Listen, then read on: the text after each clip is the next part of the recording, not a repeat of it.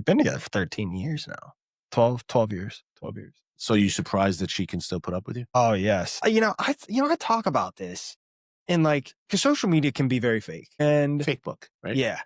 And it's like, I somehow wish I could portray or like show that my wife and I have now we're young, obviously, and things change as we grow, but we have like a really, really good marriage. And like there is like, we're deeply in love with like one another. And like, I don't know how to like make it authentic other than just be like, it really is. Like we have healthy arguments. Like we're aligned on things that we believe are really important and like non-negotiables. Like there was no like compromise. It was just, we're aligned here. That's the name of the game, Colin. If Like, people are aligned on the non-negotiables, the rest is just details. And it's like we love being together. Most people don't even know what their non-negotiables are. Yeah. And I would say that like in the Orthodox Jewish community, they like meet and get married very quick. And I'm like, you should spend more time on knowing who you are and figure out what you need. So a lot of times, in fact, it's surprising there's not more divorce, but I think divorce happens most often because either the person didn't really know themselves and they weren't ready. They didn't know what they could tolerate or what they couldn't tolerate, or people grew in different directions. And when you are aligned with someone on the core things, and if you have more than, it's only about 4 or 5 things that are non-negotiable. So if you have more than that, you should be in therapy. But if your core things you're aligned with, then everything else you can work out. Hey, we probably don't even have 4. We probably do. It's like faith. We're aligned perfectly in faith, which was non-negotiables for both of us. Good. And to be fair, we've had the opportunity to grow for a long period of time. We met when we were 15, 16. Wow. Yeah. I knew that you were long. I mean, you do the math. You said 13 years, but I didn't realize high school, even early high school, sweetheart. Early high school, yeah. So it's like I joke with people because there's like half of me that's like a total evolution of myself, and the other half of me is the exact same I was when I was 15, 16. And like those things, unless something catastrophic changes, like I'm always going to be that person. Like the joking side of me, it will always be that way. The like faith side of me will always be that way. Like I would say the intense side of me will always be that way. And then the evolution of me in other ways and being more empathetic and understanding and willing to, or really the recognition there's a lot I don't know. Right. And like all these like other ways that I've progressed. But like my wife and I, since we were 15, 16, really just like aligned, like the stars aligned, we met, and it's really been awesome. The big ones, the big non-negotiables. And when I say them, you're going to go, of course. The big non-negotiables are faith, children, if so, how many? Yep. And related to that is private or public school. Spend or save, vacation, staycation. Yeah. Supporting each other's independence. I often say I am dependent on my wife for a lot of things. She's not in the room when I'm doing this stuff. People have made codependence a dirty word. Yeah. It's bullshit. You cannot be in a healthy relationship if you can't depend on one another. Codependence does not have to be unhealthy. Healthy dependence is when you know that you can rely on them so well that it gives you the confidence to be independent in the outside world. But that also requires one, to be secure enough to allow them to be their full self. So insecurity, everybody has a little bit of jealousy. If you don't have any jealousy, it means you don't care about losing what you have. But jealousy is also proportional to insecurity. So the sad part about this, for all of you monsters out there that hear these stories, the more insecure you are, the more controlling you are. The more controlling you are, the more you're going to push her away. Yeah. And you're going to make it a self-fulfilling prophecy. So it takes courage to support your spouse's independence. Yeah. But when you're aligned in all these things, it's why I never went to a fight with Christy, because she gets to a point and she's like, well, I'm done arguing. But I still got more to say. She goes, doesn't really matter. I love you. You love me. We've been together a long time. We're not even going to remember this in 3 weeks. And I went, and she's right. But because if it's important, I'll circle back and try to win the argument another day. And I'll lose that too. That's okay. But I want to lose or something. Nah, it's interesting because I will say it makes, in some ways, giving like relationship or like advice unrelatable. I always say the people who have the most successful or healthy dynamics, whether it's relationships or other domains, I say they're the most qualified to give advice, even if they're not in your specific shoes, because they're able to see things from different angles. And so, even if I haven't been in someone's specific shoes, there's an element of where you can offer a different perspective or a lens, or, hey, this is what works really, really well that should be able to test the adversity of other situations that aren't the same. I agree with you. So long as there's receptivity, Yeah. right? So there are sometimes, as I say it in therapy all the time, I say, look, I'm going to throw shit against the wall. Sometimes it's not going to stick, Yeah. right? And sometimes, doc, that was like real. I took a shot. It was wrong. What do you want? It's. I agree with you, and it's not instead of, and it has to do with how receptive people are to considering other perspectives. Like you can say, yeah, I understand what you're saying, but that doesn't work for me, and there's nothing wrong with that. Um, uh, One of the reason why I got into psychology was because I knew that it was impossible to be right. There's just too many factors. There's too many interaction effects. So you're always learning. And the easiest way to be wrong is to be certain that you're right. Tell sports media that right now. Oh my God. Keep pulling Mike a little closer to you, by the way. Good? You're good. Okay. Yeah. Well, whenever you see another story, another athlete, I'm always wondering what's the real story. And I get it. I think it was Denzel Washington who was talking about how media now doesn't even care whether they're right or wrong. It's be the first. And there's no responsibility for reporting bad things or wrong things or inadequate things or inaccurate things. And so you could have people's lives destroyed based off of what's reported in the media. Like I was, my wife and I were talking about several high profile cases, Diddy and all the rest of the stuff. I said, the thing is that we are not getting the whole discovery. We're getting what is sensational. And we eat that shit. It's like, how is Kim Kardashian still relevant? Because we eat all that shit up. And so I don't often quote Elon Musk because he's got some issues. But I think that one of the things he said that was brilliant was in the old days, people were shielded from information. In fact, it's one of the reasons why a lot of religions, even Catholicism, kept everything in Latin so that the common person wouldn't know what's going on. The elite kept it away from the common. And the purpose of going to school, getting educated, was to get access to information. That's no longer an issue. Because of the internet, information is everywhere. It's super abundant. Education should be about teaching critical thinking to help you figure out what information makes sense, is reasonable, is right, and what should be discarded. The problem is that sometimes the things that are reasonable and right are actually not true. So logic isn't a great rubric either. So we're constantly trying to figure this shit out. That's a really good point in this current area of abundance of information. We don't know who the real experts are. And people who are supposed to be experts sometimes turn out to not be experts. And Yes. so, how do you guide or navigate that space to understand, one, developing critical thinking skills, but then two, really understanding what at least has the highest percentage chance to be right when you're deciphering this information? Look, my work's a perfect example of that because there's nobody in the sports psychology world who has done more work in anger management than me. I don't think there's anybody that's done more treatment of domestic violence or sexual violence or treated more offenders. But who's going to say, by the way, I went to Dr. Abrams for domestic violence, right?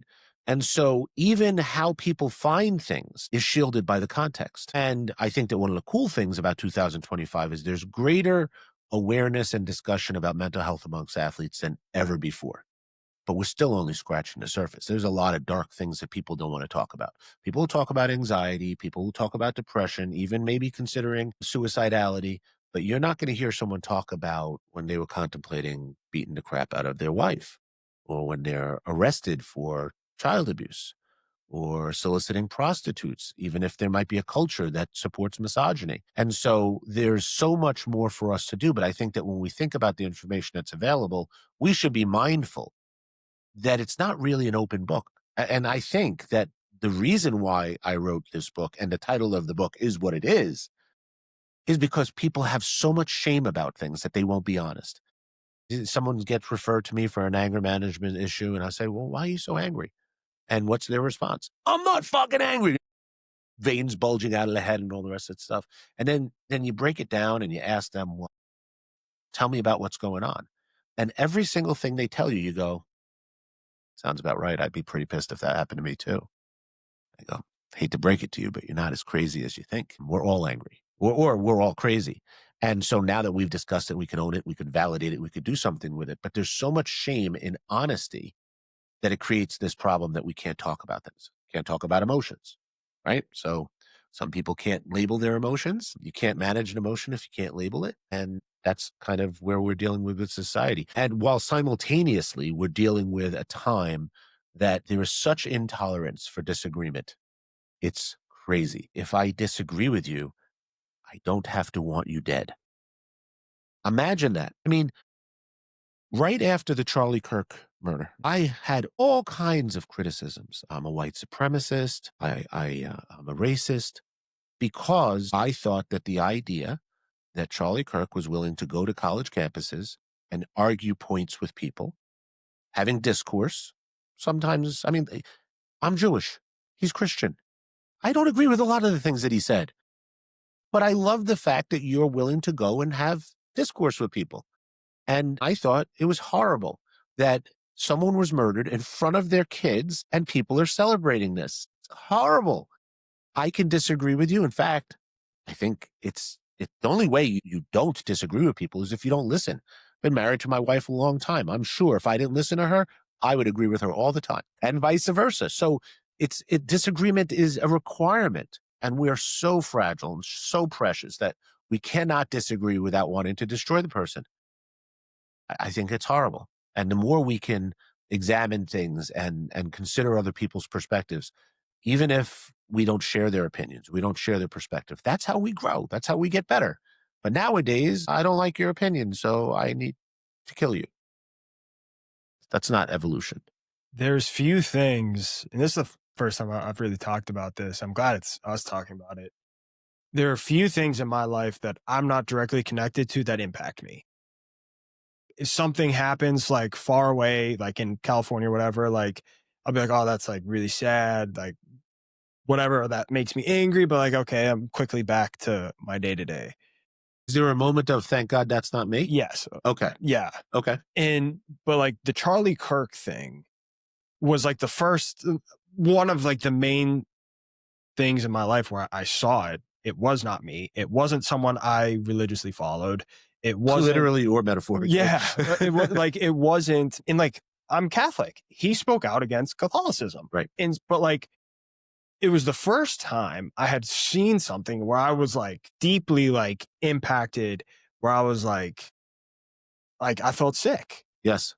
And it was hard to work the next day and the day after and the day after that, where I would sit there, and I'm really good at being disciplined in my feed, and I would just scroll and read and look at all You these mean your things. humanness took over? Yeah, it was. Imagine that. And I couldn't, it was hard for me to fathom that someone, just because they had basically Christian values, was conservative, was willing to go disagree with people in what at least I viewed as a very humble way, like didn't degrade people, like had I fair think conversations. some of his positions were certainly skewed with very conservative views. Yeah. I never heard him curse, Mhm. never heard him yell, never, I mean, he's said some things were condescending, but never like, nothing that would shut the conversation down. I think it was about attempted growth. That's scary to people. It just, it's hard for me to label the emotions that I felt, because I was like, this, like, I honestly felt like it could, like, selfishly from my own vantage point, I was like, that could have been me, like just someone coming up because I have a podcast. You know, obviously I'm not as big as Charlie Kirk, but like Yet. yet. I'm with you, brother. And it's like, what's stopping someone from just doing that? Because they want to steal from me, not because I have something they want, but because of certain beliefs that I have that they may disagree with. I couldn't agree with you more. I mean, there's the added issue is all of the hypotheses of some dark operation that was politically driven. And I am always willing to consider a good conspiracy theory. I remember the Maine. I mean, the history of the United States has been misinformation. So that is always possible out there. Why did he need to be murdered? This is like the JFK assassination. Why did these? I don't know all the reasons. I just know that this man was killed in front of his kids. That's horrible. And people were celebrating that he was Mm. killed in front of his kids instead of saying, I really did not stand for the things that his opinions were based off of, but I respect his right to do it. One of the best speeches I ever saw, which was fiction. Remember the movie The American President? I know the movie, never seen So it. Michael Douglas is playing the president, and he's in a very slander-filled campaign. And he was talking about how hard American citizenship is. He goes, if you want to run this company, whoops, if you want to run this country, you're going to have to really want it, because freedom is not just about the American flag. It's about someone having the right to burn the American flag. It's the right for someone who stands in opposition to the things that you are most invested in, and them having the right to say it. That takes great tolerance. It takes maturity. And we don't always get it right, and we regress and sometimes show that we're a fairly self-destructive species. But there's something really powerful about it. We forget how hard it is for people to just coexist. But the example that I think of, Colin, that whenever I think of that, I juxtapose it with walking down the street, like near Wall Street, New York City, in the middle of rush hour. Why aren't more people bumping into each other? Because we're able to read subtle cues and navigate in ways that we can coexist and get things done. How are football teams able to run plays when the other team is going to do whatever they can to try to sabotage it? Because our brains are basically pattern recognition tools, and we are really sophisticated to do those operations, except when emotions run too high. And when emotions run too high, our brains turn off, and then we tend to do what we feel instead of what's best for us. And that's when things get dangerous. In the realm of the book, I'm Not So Fucking Angry, is it actually possible to be able to turn a switch on and off with your anger where you have control over it? The answer is yes, but no. I'd like to think of it more as a dial than a switch. Because, well, I think everyone's had the experience, like maybe a surprise party, and you walk in, you didn't know what was happening, and bam, instantly you're happy. Or something can happen and provoke you, and instantly you get very angry. So yes, you can have quick spiked reactions to situations. But I think that the best way to think about it is thinking about it like a dial. And so there are a few things that make me happier than a good steak. And the key to making a good steak is not just heat, but high heat. You have to be able to turn that flame all the way up. What happens if you can't adjust the flame? Well, you get a baseball mitt, you get leather, you don't get a steak. Anger is just like that. Just like that fire. If you can adjust it without going over the top and overcooking, so it's too high for too long when bad things happen, then you could use it for fuel to get a lot of good stuff done. Anger is absolutely a performance enhancing emotion. And the secret that people don't want to talk about is anybody who's ever been pissed knows that when they were angry, it felt great. It was when they did something stupid afterwards that didn't feel so great. But what if we could get all of the positive benefits of anger without being over the top and leading to problems? And so adjusting the flame is about getting right up to that red line without going over it. Now, why that becomes difficult is because each person's tolerance for anger is different. Different tasks require different amounts of emotion. We have different tools in our toolbox. But when I'm working with teams, I want everybody to be emotionally intelligent. We're on the same page. I want everyone amped up. Nobody's ever won a game when they're sleepwalking around, right? We need energy. We need excitement. But if anybody goes over the top and they're making bad mental decisions because they're too hot, they're compromising the whole team. As far as I'm concerned, tap your helmet. You are not able to help us now. A few years back, who was the cornerback that Odell Beckham was playing against in Carolina? But they were drawn back and forth. Josh Norman? Josh Norman, yes.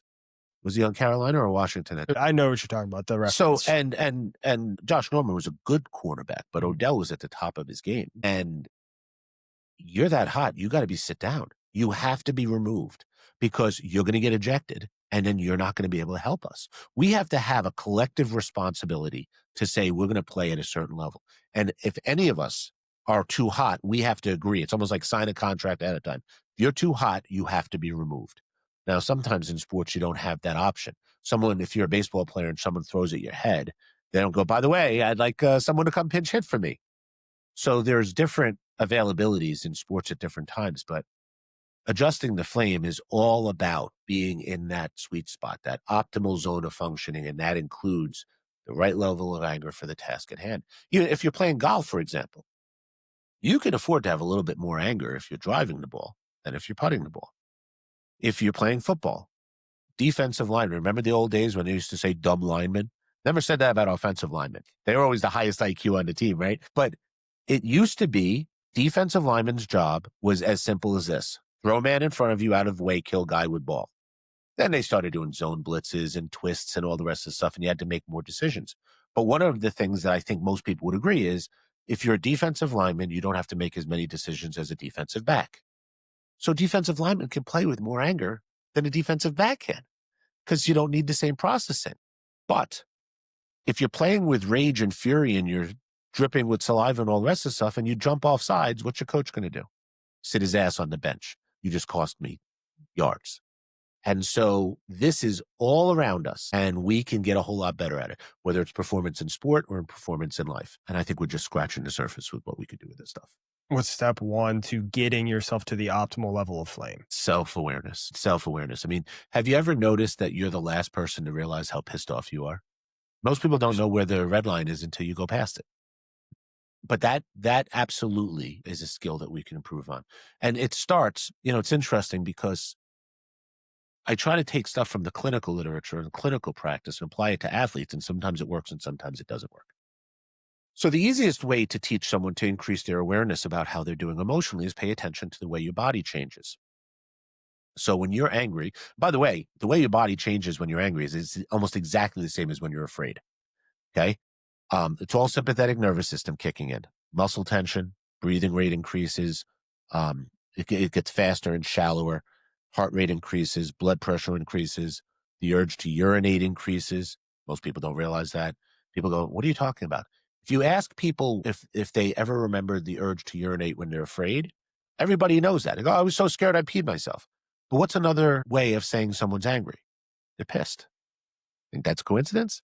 It's not. This is what your body's doing. And also increased perspiration. So all of these things happen because your body's getting ready. Your brain is not recognizing that football is a game.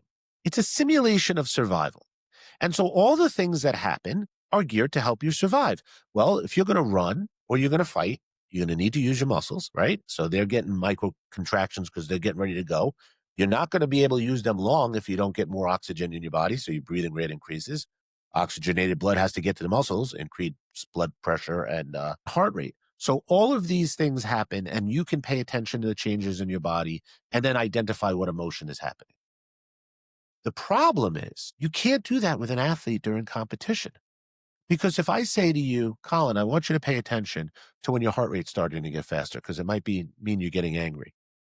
I just ran 70 yards after a running back. Of course, right? My muscles are tense. No shit. I just ran into a truck, right?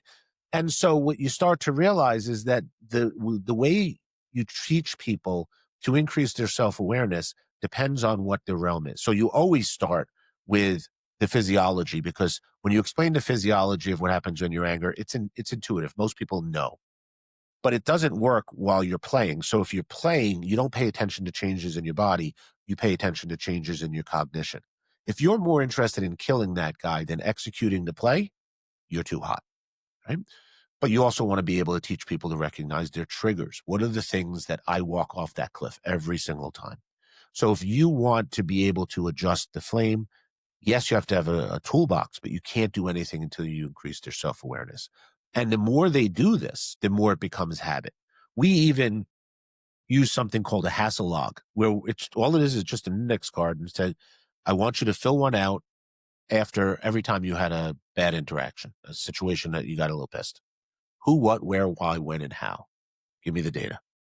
And what you start to notice is you start to realize that there's certain trends. Who pisses me off? Where does it happen? What time of day? Is it when you should have ate lunch about 3 hours ago and you're a little bit hangry?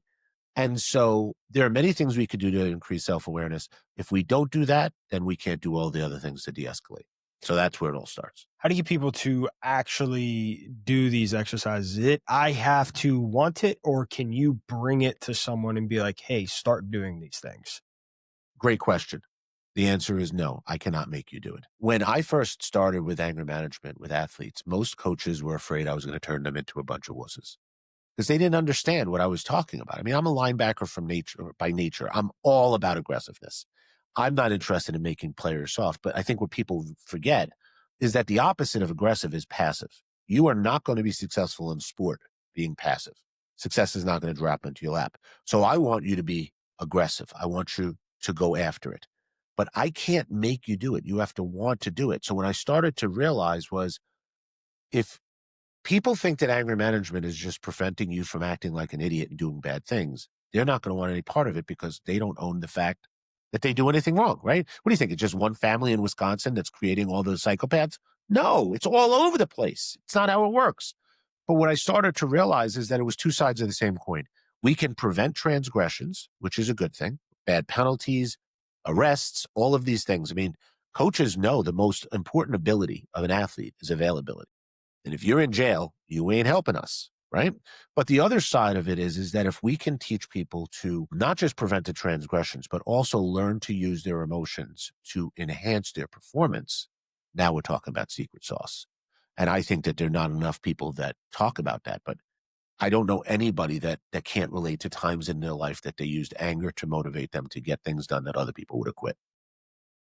I often think about as an athlete, the role that, anger played in my own life and how there's like an optimal level of anger that I needed to play at and finding ways to create. I think about it now. I didn't think about this at the time. The systems in place to get me to said level. Yep. And it is addicting, like you said, that anger because you feel the adrenaline, you feel the anger. And to be honest, sometimes when you get the perception of someone who gets to a certain level and you feel yourself rising and you see the reactions from people where it's like a fear respect thing. And it's like you feel that I don't know if conquer is the right word, but like Dominance. dominance over people.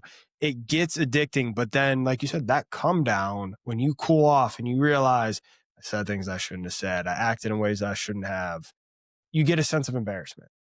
Hopefully. And But there's also the possibility that there's stimulus differentiation.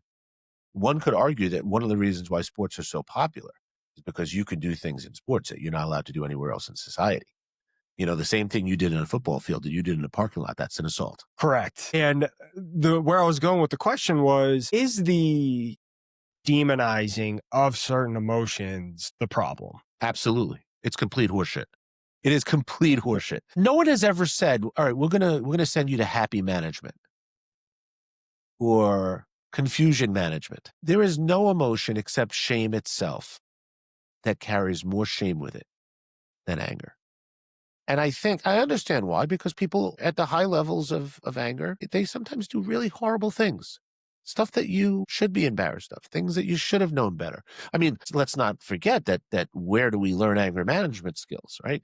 I think we forget a lot of athletes have tremendous anger management skills. They're provoked all the time. And by the way, to me, that's the definition of toughness. Toughness is when you cannot be provoked. I was just at a sports psychology conference up in Montreal, and someone was presenting. It was a keynote on trash talk. Loved it. It's really good stuff. But I reached out to him. I said, but you didn't talk about anger. He goes, yeah. Well, I said, anger is everything that trash talk is about. Because what I tell athletes I work with is if someone starts trash talking, you should smile. It means they know they can't beat you physically. They're trying to take you into the gutter and beat you on their own turf because they're going to try to knock you off your game, piss you off, make you make mistakes. You should know that. So when someone starts trash talking, you should be smiling to yourself or looking up at the scoreboard and reminding yourself who's winning and who's not. But this demonization of anger is what stops the conversation. And in my estimation, it's also what stops people from harnessing their anger. Instead of realizing that this is it's no different than a gun or a knife. It's not that these tools don't have any utility. You just need to use them responsibly. Anger can be a weapon, or at least it can manifest itself in behavior that's like a weapon, can do damage. But demonizing the emotion, look, you could be pissed off right now and I don't know it because there's no behavioral analog. No one's ever got in trouble for being angry, ever. I set kids up all the time when I'm doing presentations. I say, all right, show of hands, how many of you got in trouble for being angry? They all raise their hands. You're all wrong. None of you got in trouble for being angry. So if you've never gotten in trouble for being angry, why do people have to deny it? Why do people have to say, I don't get angry? Why do people have to not? I mean, and I can tell you, it's often anticlimactic. You ask people why they're angry, and they tell you, and you go, sounds about right. I was in that situation. I'd probably be angry too. Question is, how long do you want to stay angry? And is that anger helping you or not? It's not what, it's the why and the how. And if I said, all right, what if we could use that anger to motivate you? I mean, you remember the old Nike commercials with while you're sleeping, there's someone else working the stairs? You want someone beating you? Well, you might be a little bit pissed off and working harder, or a coach that doubts you. Is there anything more motivating than someone telling you you can't? What's the response to someone telling you that? Fuck you, watch me. Exactly. I don't think there's anything more. I think it's the most consistent motivating tool of every human, certainly in America. Fuck you, watch me. And it doesn't mean it's the only way people get motivated, but it's a real good way. And that's all about, you have a perceived insult, you're angry about it, and you're going to have your comeuppance. And when you start thinking, I'm tired, I can't go anymore, and you hear in the back of your head, shit, can't do it. You remember Invincible with Mark Wahlberg? Yeah, love that movie. Right.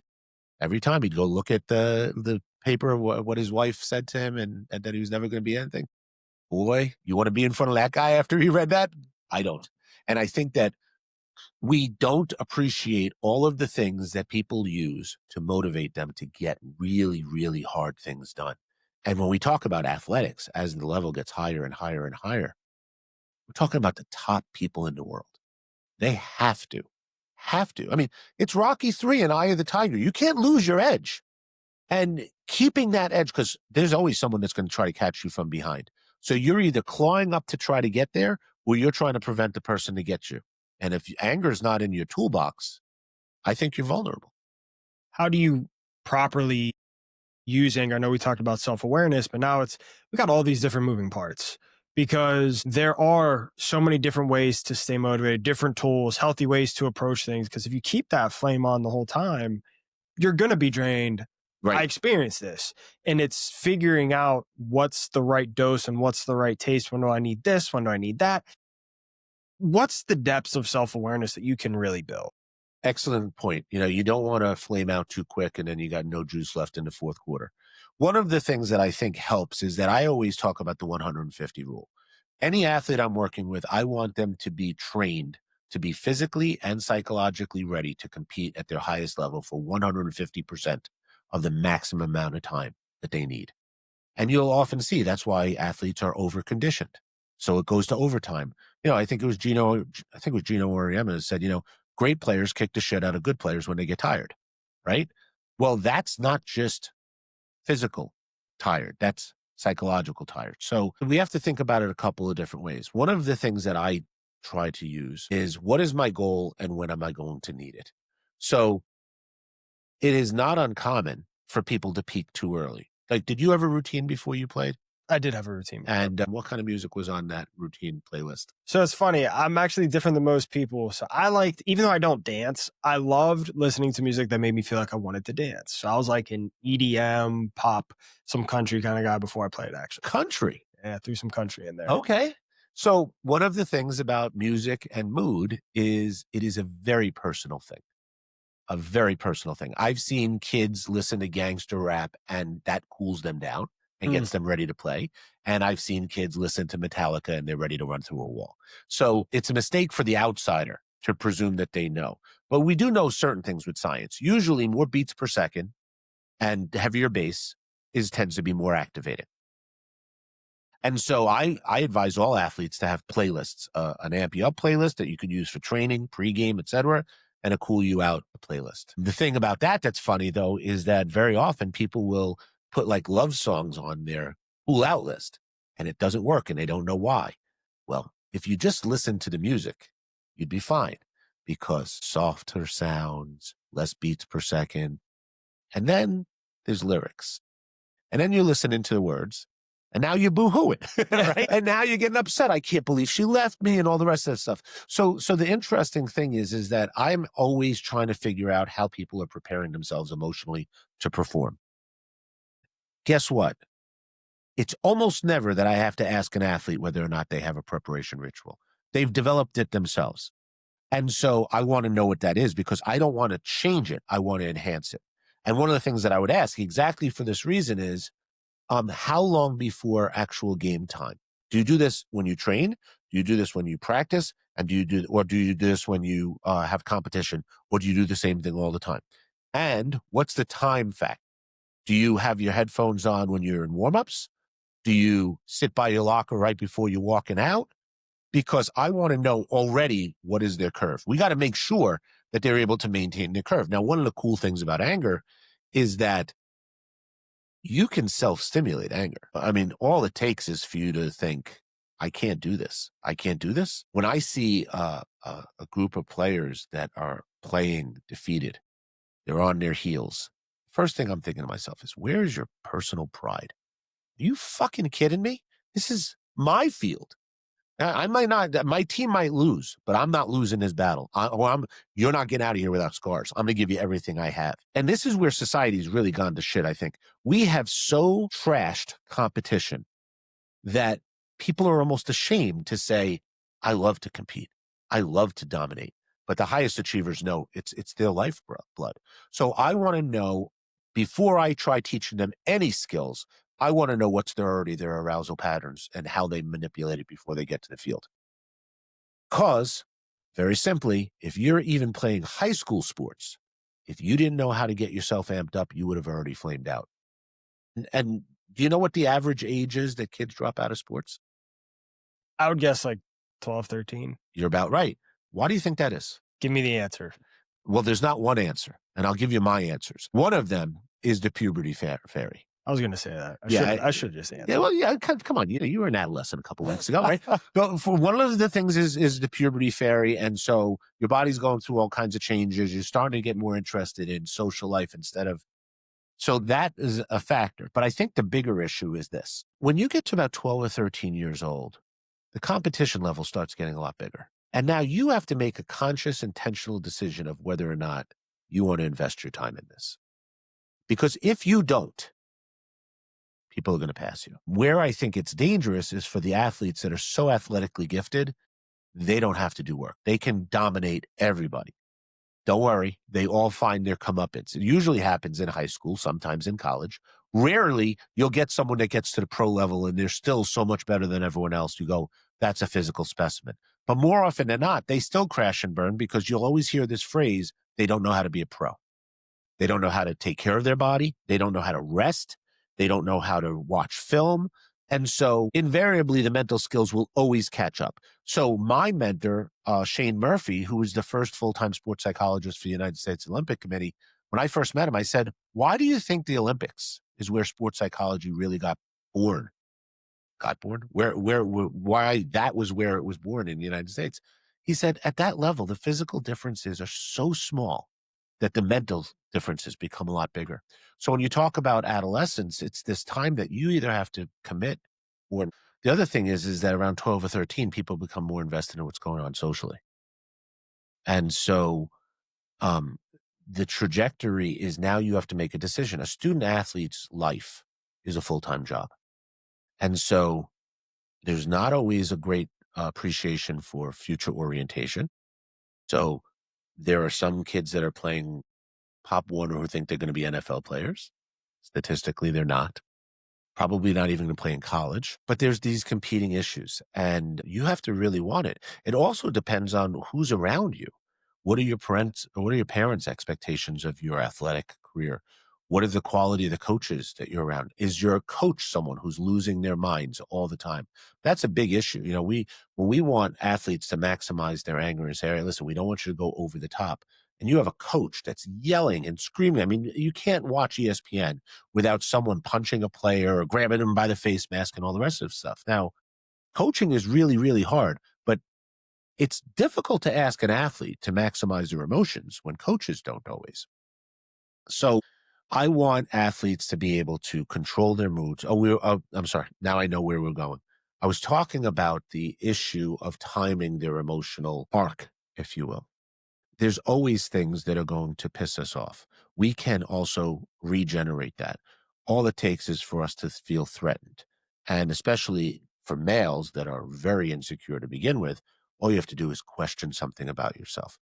But I don't know many athletes who have difficulty amping it up. I really don't see that very often. I mean, did you find that over the course of your career that you had difficulty getting amped up?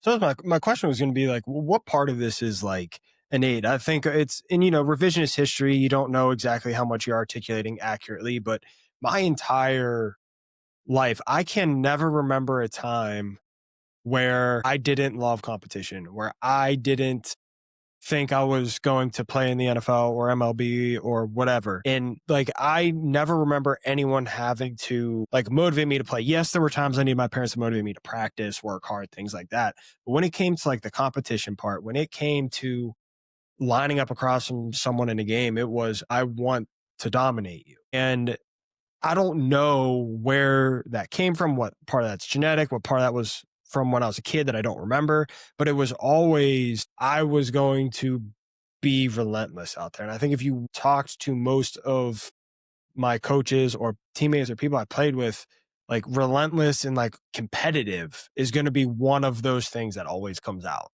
And you were rewarded for that. Oh, yeah. So wherever it came from, it was perpetuated and grown by the accolades that you got as a result.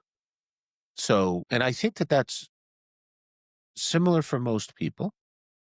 Most athletes love the thrill of competition. In fact, it always makes me laugh when an athlete does something wrong and coaches make them run. I hate that personally. When I say it makes me laugh because it's stupid. Any exercise is an opportunity to get better. And that's the reframe I talk about with like a lot of like coaches is like, why are we making exercises or things like that punishment? Because those should be things that are rewards. If you do the right thing, you get to work harder or you get to do things that make you better. Not you did something dumb. Here's a physical exercise punishment that you're going to do. See, I don't he gets understand it. It blows my mind. 1,000,000% right. What is the purpose of punishment? The purpose of punishment is to decrease the likelihood of behavior happening again, right? What is the lifeblood of the athlete? Competing. If you fuck up, you're going to sit and you're going to watch the person who's not even as good as you get your reps, right? Because that's going to get them thinking. That's going to be, I don't want to be here. I want every rep. These athletes that the coach has to literally pull them off the field. No, I want one more time, right? I'm the last one. I'm the last one that leaves the gym. I'm the last one that leaves practice. No, you do something, you take a bad penalty, you sit. You sit and you watch. It's not you sit because you're a piece of shit. You can't do that. If you do that, you're not about helping our performance. I'm going to punish you by removing your reward, your opportunity to compete. If I send you to run, what I'm saying is you did something bad, so I want you to get faster because of it. Or I want you to build your stamina because of it. There's no learning that happens there. And what you do is you create resentment around the thing that makes you better. Right. So now they don't see exercise or training as a tool to get where they want to go. It's obnoxious. And by the way, what's the worst is when you get sent to run by yourself. Because now, what we were saying before about shame, it's not punishment. It's shame on top of everything else. There are too many coaches that use fear and shame as motivators. There are so many other ways to do it. I mean, all you have to do is to get people really into a good snit is just say, listen, these guys think that they're going to wipe the floor with you. They're here on your turf with all the work that you put in, all of the skills, all the training. They're coming here and they think that they're going to wipe the floor with you. You're going to let them do that? Every good halftime speech, that's what it's about. It's about re-energizing. It's redirecting. Now, some of it's tweaking and strategy and all the rest of that stuff. And good coaches know how to adjust strategically at halftime. But it's the reason why hard work beats talent when talent doesn't work hard. It's always have something in the tank. And if you don't think getting good and pissed is not going to find you gas in the tank that you didn't know that you had, it is. And so I don't find that there's a lot of difficulty getting athletes amped up. I think that what's more difficult is getting them to realize that it's anger and learn to have skills so that they could just tweak it down. I'm not looking for you to do downward dog at the free throw line, all right?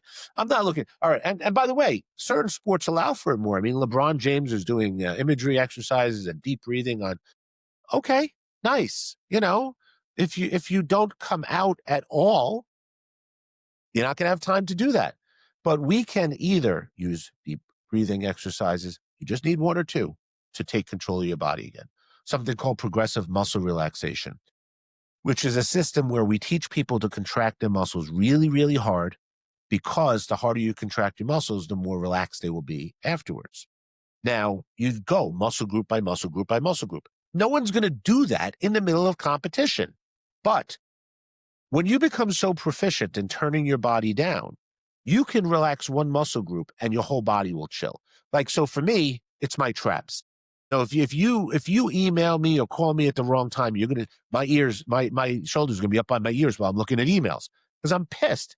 And I know that if I contract the muscles and then roll them, they'll relax and I'll get a chill through my whole body. Now, I've also been doing PMR for like 25 years. But the goal is, don't want you to take a nap. I just want you to take the edge off. And when you do that and you feel empowered, all of a sudden you realize, I have influence over my emotions. Yeah, because I want you to be in charge of your own domain. There was a movie, do you remember the movie The Program? Yeah. Right? Alvin Great Mack, the linebacker, great movie. People used to criticize how bad of a movie it was, and I took offense to it. The reason why I took offense to it was, first off, it's a fucking movie. Yeah. Right? Yeah. They took poetic license. But what they did was, well, let me do it a slightly different way. When I first started working in the prison system, the show Oz was still on. And people were like, is the show Oz real? And I was like, well, kinda. And they go, what do you mean? I said, well, at the time we had 14 prisons in New Jersey.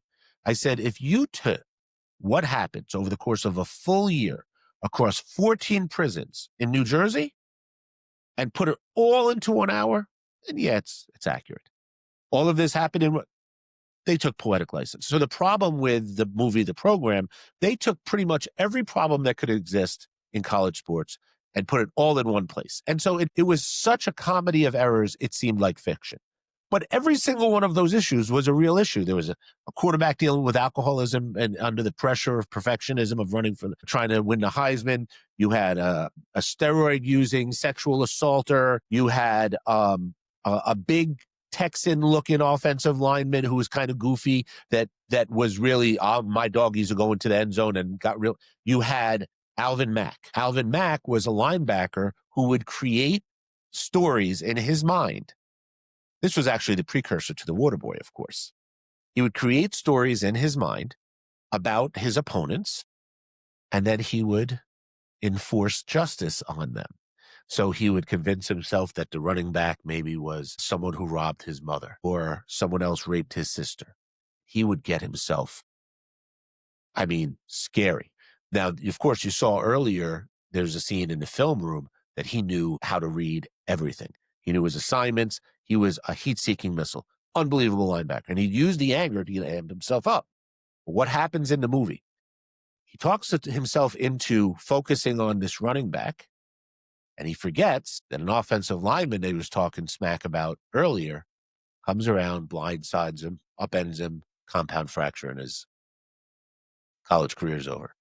It was a perfect example of what anger management is. You can use it to focus you where you're going, but if you are over the top and in a rage, you lose your ability to read the periphery. And that's what happened. In The Water Boy, Adam Sandler did the same exact thing, right? You start thinking about all the different people that hurt you, and that's your tackling fuel. Tackling fuel. I'm going to open a can of whoop-eyes. And so we see these things play out over and over again.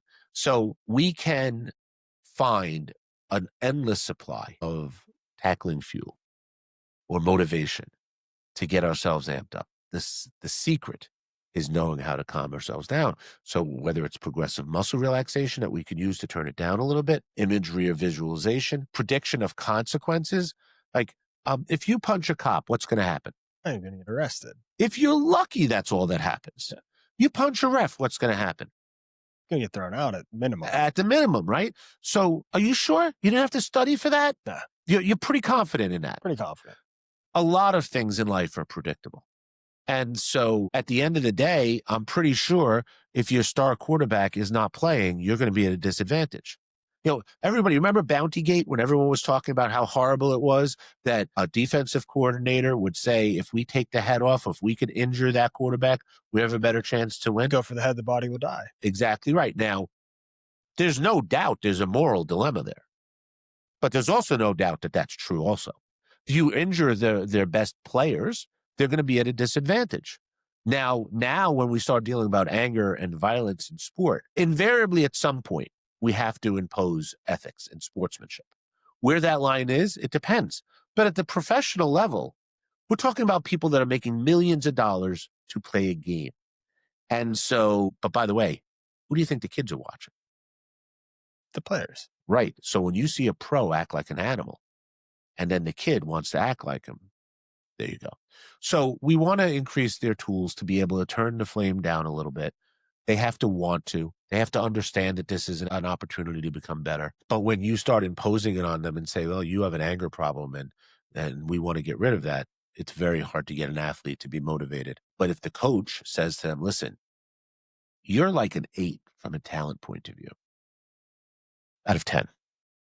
You could be a 15 out of performance point of view if you learn how to harness your emotions. Then they see it as performance enhancement tool, and then off we go. But you don't get people to do things the same way as you're not going to get an athlete to stop taking penalties by running laps. You're not going to get someone to better control their anger by telling them they're a piece of shit. And by the way, that's what happens when athletes get jammed up in domestic violence. It is very common. I don't know anybody in a relationship that hasn't had an argument that thought that person needs to be smacked right now. That doesn't mean it's okay to do it. But people have this feeling. Then when an athlete does that and they get sent to anger management, what's the first thing that starts happening to them? You're a piece of shit. You shouldn't do that. You have no respect for women. You think guys really want to respond to that? Versus, hey, listen, relationships are hard. Relationships are hard. I'm sure that in this situation, something happened and you got really angry. I don't have a problem with you getting angry. Even if you don't care about her, you obviously don't care about yourself because you got so amped up that you engaged in behavior. Forget about what I think. Forget about her. You are putting yourself in a vulnerable position. You are about to throw everything away. Have you ever seen the Bill Burr skit on this?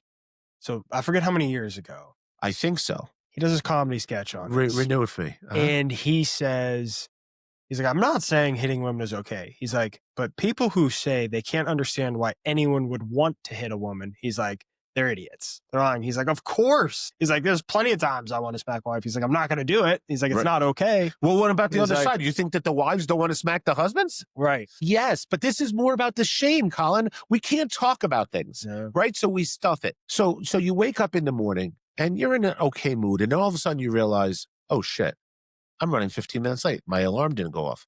Now, this is your normal mood. You just went up to here. Now, a healthy thing to do would be like, all right, shit happens. What are you going to do? Relax. Cool yourself down. Take some deep breaths. Put on some music. Get back down to baseline. But we don't do that. Then we spill coffee on ourselves. A little bit higher. Again, don't get back down to baseline.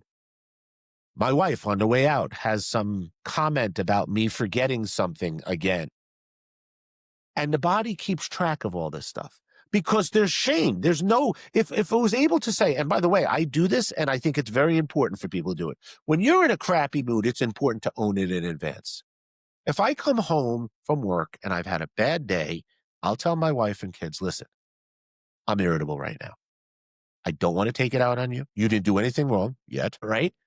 I know I'm irritable. Give me a few minutes to decompress. Own it. Recognize it. But what happens is that we don't often own it.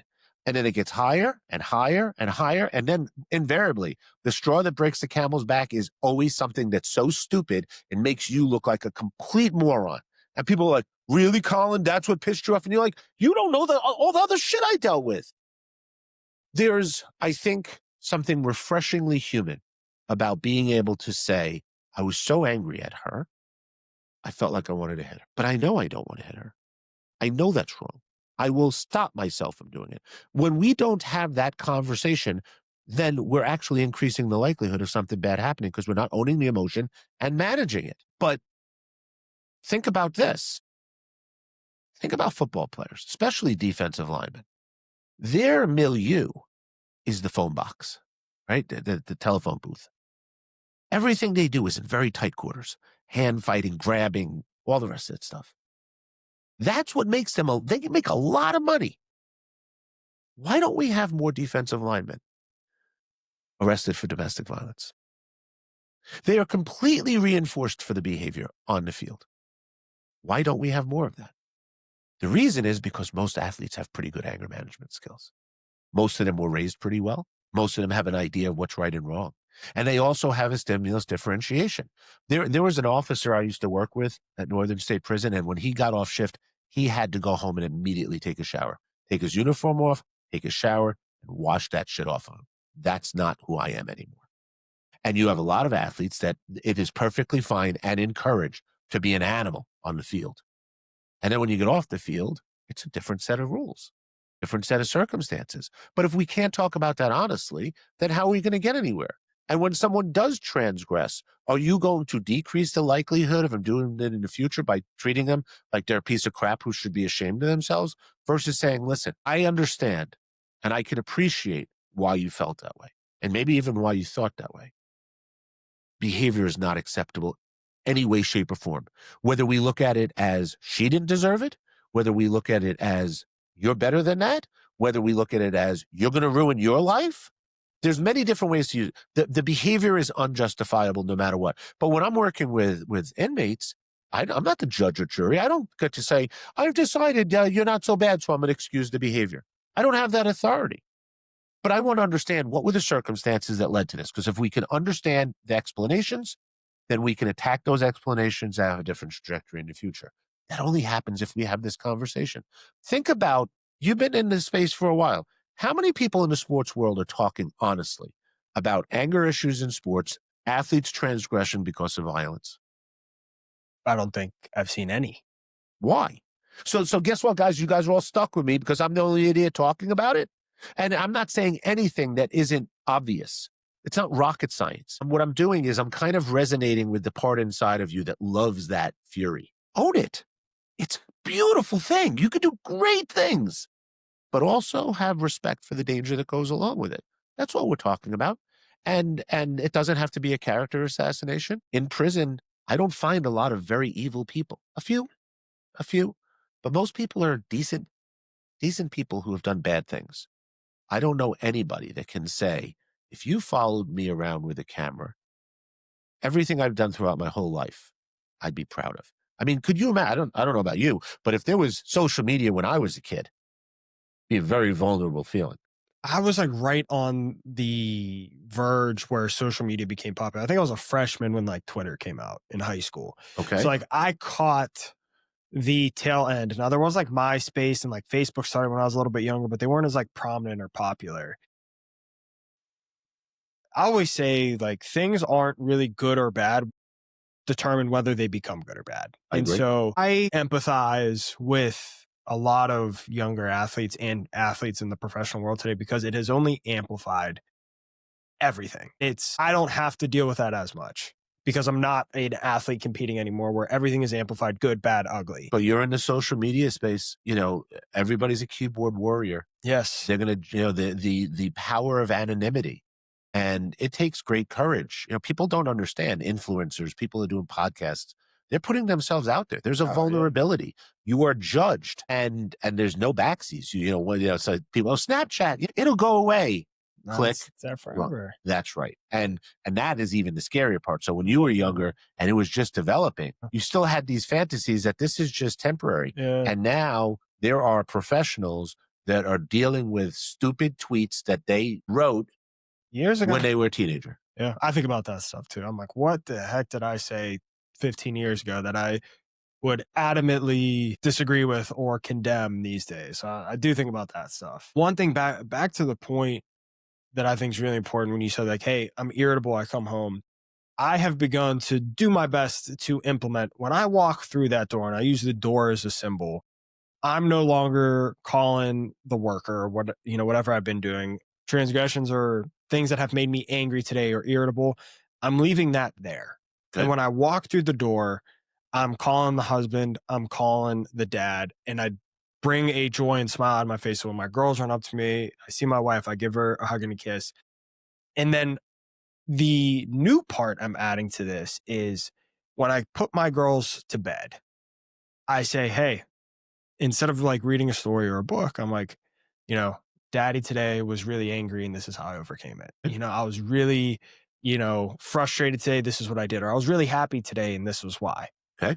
And You're building emotional intelligence. in what I'm yeah, exactly what I'm Yes. doing my best to do is say, hey, when I come home, I want you to just know that I'm happy to be home with you and see that joy that you give me. But then on the back end, be able to say, hey, I'm not just happy all the time. Right. And there's a process in understanding your emotions and things that come and hey, how do I utilize this? How do I overcome it if it is perceived negative or a feeling that I don't want to feel? This is how I work through it. And this is how I use it. Love it. I love it for two reasons. One, you use a visual cue as a set point to change a trajectory. We do this a lot in sports psychology. I mean, I do this with baseball players. I'll have them like, because, nowadays there's all these uniform rules. So I'll have them like just with a tiny Sharpie, write a letter on each hand on the batting gloves. Sometimes it's like S and E, smooth and explode, right? Because I want them to have a visual cue. Ken Reviza, he's passed away, but he was one of the most prominent sports psychologists for a long time. He worked with Evan Longoria and told the story that he would step out after and Evan Longoria was known for having such smooth mechanics that he looked like he was almost sleeping at the plate until the ball met bat, and then it was explosive. But he would use the left field foul pole as the visual cue. Why? Because every field has one. So it's not just having cues, it's also making your routine portable.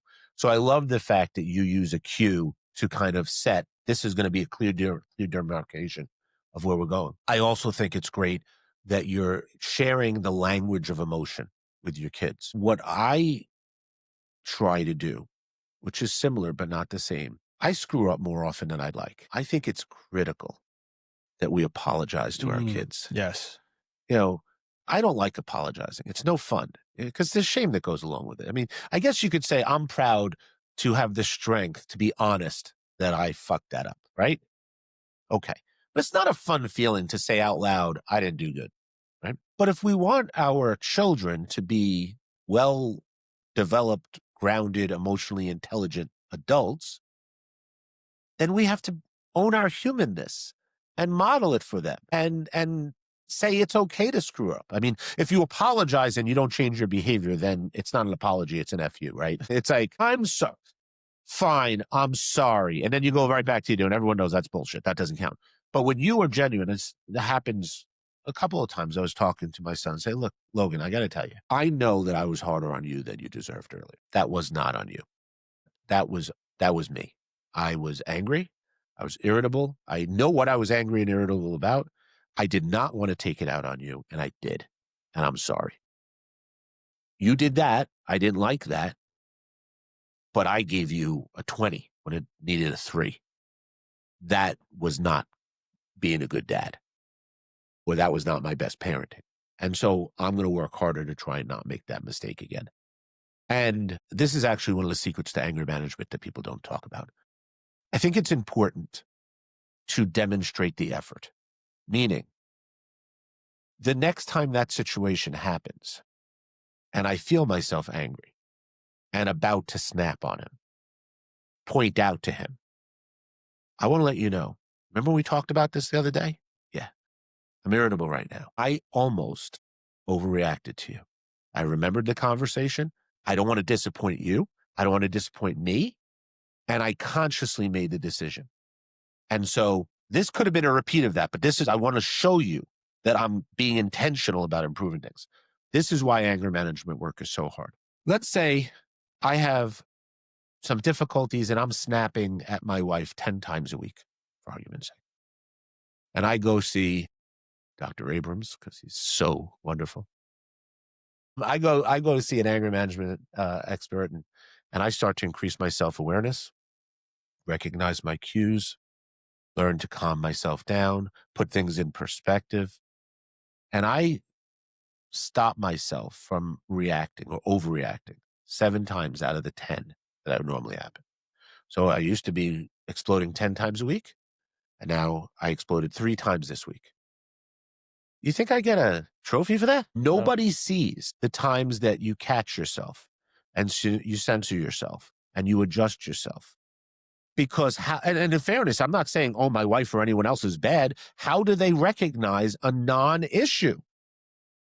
But if they do, I think it's really important. I've said this to my wife. I say this. I tell anybody that listens, when you know someone's working on something and they're not getting it right all the time. I mean, people sometimes joke, oh, really? You're an anger management expert, doc? Hey, man, you follow me around. I don't get it right all the time. I don't make the same mistakes over and over, but I'm constantly improving. And I'm better than I used to be. And I also can tolerate anger better than a lot of other people and better than I used to. But I think it's really important when someone's putting effort in that you reward them for that effort. Say, hey, listen, man, I know it's hard. You're clearly dealing with a lot of shit right now. I can sense the energy off of you. Last week, you would have reacted to that. You didn't. I appreciate that. Thank you. It goes a long way because I think that the 2 hardest conditions in life are loneliness and feeling misunderstood. And what's the cure to both of them? Being seen. Being seen, being acknowledged, being valued. And I don't think we do enough of that. We don't do enough attaboys and attagirls. Someone does something wrong, we're all over them. And which is unrealistic. It's like, if you're fucking perfect, then you could start with everyone else. None of us are. So when people are working in the right direction, I think we need to reward them. And I would even say it's the most chronic problem I see in athletes. They don't know how to celebrate. They don't know how to enjoy their victories. Because you see someone on the gold medal platform and they're crying and everyone's like, oh, tears of joy. Nope. They're thinking, I got 3 weeks and I'm starting to train again. And some of that is self-inflicted, right? I'm so driven to success. But it's hard. We need to celebrate. We need to, and it's not just the big victories. Sports psychologists often talk about the importance of process goals. You do the process right, the goals, the product will take care of itself. Well, then you have to reward for the process, not just for the results. I mean, haven't you had those times that you played the best game of your life and you lost? Oh, yeah. And other times that you played like crap, but you got the W. Yep. What do they call the person who graduates last from medical school? Doctor. Sure. Right. So we gotta take our successes when we can. A couple of different things. The piece of, I want to make sure I word this correctly because it's something that I struggle with a lot in my own life that I'm getting better at. And when I screw up, apologizing. That's one thing I say to my daughters all the time.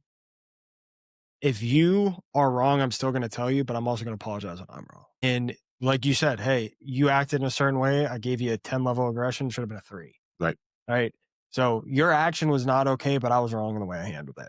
Right. Even at young ages, I'm really, my daughters are 4, 18 months, and then my son's 3 weeks old. So him, I don't really parent yet. Don't worry, you'll be losing those arguments too. And so, but the humility to say, hey, I was wrong. But on the flip side of that, it's really important for me in like the way, like my internal dialogue, to constantly remind myself that my kids are watching, my peers are watching, people are watching me. And I have to have a higher level of responsibility where I don't get the same grace that other people do, that they have a mistake, right? Because I do know how to manage myself. I do know certain tools that I have at my disposal that I can use to turn it down or, what said emotion. And it's a constant reminder to myself that those with privilege have greater responsibility, because I do believe, working that space of like humility, confidence, like I do believe I've been given a lot in my life, like personality traits, athletic traits. Like I was given a lot of amazing things. And with that comes a level of responsibility that other people weren't innately gifted or had the ability to have it nurtured through them. But I'm sorry to interrupt you, but let me ask you, do you feel that you have to? I want to. And I do feel I think there's, like, honestly, I think so. If you watch The Avengers, and we were talking a little bit about this concept earlier about do I have a responsibility to do so? And I was thinking about The Avengers and Endgame when Thor, okay, has like his setback and his mom tells him like stop being who you think you need to be and start being like who you are or whatever. And I think there's a component of that, but where I think it is wrong is I do believe like, and it's a desire I want to do these things, but like to whom much is given, much is expected. And I do believe that to be true in my own life because I have a responsibility to myself and others to hold myself to a higher standard. And like I said, I do want to, but I do believe I have responsibility as well. Well, but to what judge do you answer? Myself. And is there a harder critic? No. Right. But that's part of the reason why you understand greatness. See, and that's the issue. Real confidence can't exist without humility. Yeah. And real humility without confidence is meekness. Yeah. Right. And I think I think that's great. People need, should have, want a moral standard, a code, and they comport themselves in a certain way. You know, I use the phrase with my kids, we're Abrams. We stick together. We do things a certain way. There's a time you do things the right way because it's the right way, not because you expect a certain thing because of it. Like, I'm not a big believer in altruism. Altruism is the idea that people do things really for nothing. Nothing in return. I think that's bullshit. We always get something in return. It's not a tangible thing. Yeah. It feels good to take care of people. It feels good to do something that you're proud of. It feels good to do things the right way, work through something, right? And so there's no shame in it, but we need to try to act like we're selfless. None of us are. In fact, even the studies on altruism find that animals that we thought are altruistic actually are not altruistic when you move them out of their genetic set. So if you take a prairie dog that screeches like a lunatic when there's a bird flying, it turns out that the reason why that happens is because they're genetically connected to all of them in their pack, whatever their group are. And if you take them and you move them into where they don't have anything genetically in common with them, they're quiet as a church mouse. Something I wanted to respond to that I think is a really growth point is, have you ever noticed that what you've said is right, but the way you say it is wrong? Yeah, of course. Right. And so this is why intentionality is so important. Perfect communication is when someone hears what you're saying exactly the way you intend it. I don't know any perfect communicators. I would prefer to be understood and disliked than misunderstood and liked. Yeah. But when we think about the standard that we set for ourselves and what we try to model for the people that we care about, there are also times that you realize my word selection, my volume, my tone, my timing, the thesis was 1,000,000,000% right, but everything else about it was shit. And this speaks to the complexities of human interactions. I mean, you're trying to take this little ball of cells and make them better than you. It takes work, and it takes humility and patience, and I think kindness. You have to forgive yourself for getting it wrong, and also being intentional about not doing things that you regret. I think that's the part that that's the easy part about anger that everybody knows. Everybody knows that anger out of control leads to things that you will regret. So, therefore, anger is bad. No, oversimplification. I want to avoid things I regret. I'm right with you. No problem. Can you be angry without doing things you regret?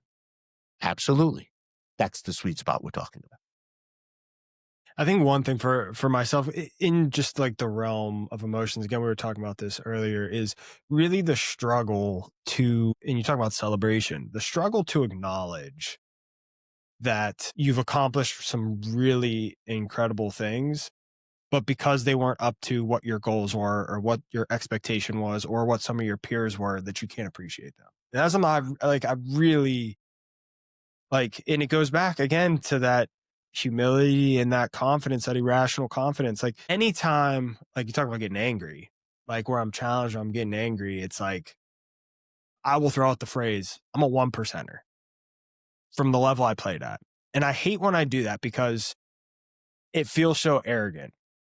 But I use that. But is it true? It is. And that's like, what? Because but the thing is, I don't appreciate it. Like, I don't actually like appreciate it until someone makes me mad. And I do my best to say, like, when I'm trying new things that are, usurpably challenging, I'm like, I'll remind myself, like, you are capable. You are 1%er. You can do things that are hard. Well, is that because you're fighting off the insecurity? That's, and that's a question I ask myself. I think that I think you probably are, as we all are. If we're humility is look, humility is not announcing your weaknesses. It's knowing them. It's not a good survival strategy. I sometimes joke, I only have one weakness. I'm not going to tell you what it is. My wife knows that it's got 17 chapters and each chapter has 200 and she can push the buttons, right? I'm not going to advertise my weaknesses. That's a bad survival strategy. Humility is accepting the fact that I have them. And instead of embracing them and realizing that's part of what makes my story unique, we're like, oh shit, we got to make sure no one knows it. I'm a 1% mother. Yeah. And you want to know something? Yeah. Yeah. Because I think that that's one of the things that also drives us. It's our insecurities. It's not just our fear that everyone's going to find out about our insecurities.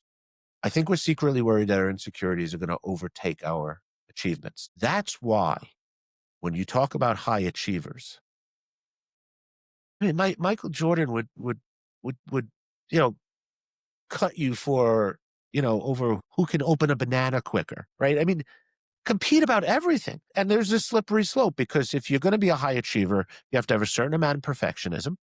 You have to be stubborn. You have to be detail oriented. You have to be driven.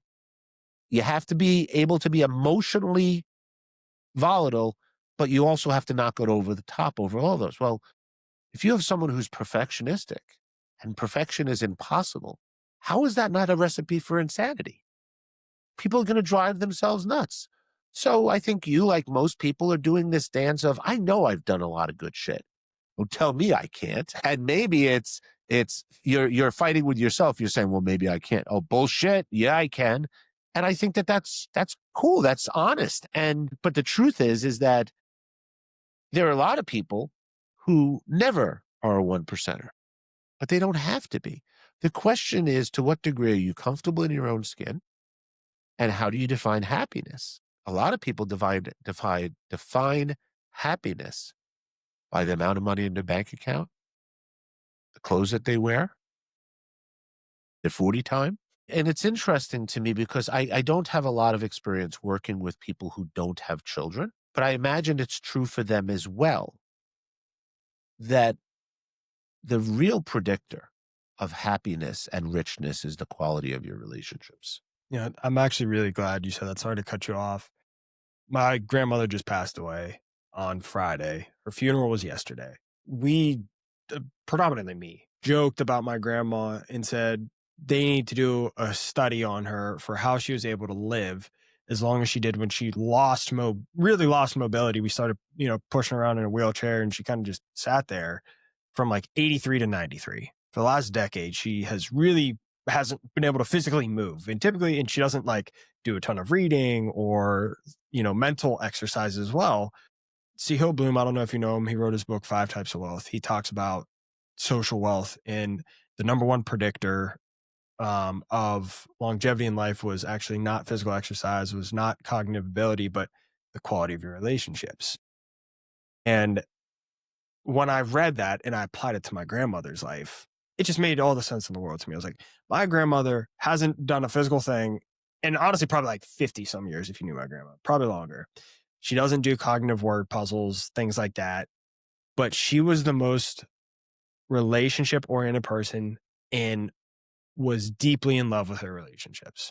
And her will to live was unlike anything I've ever seen.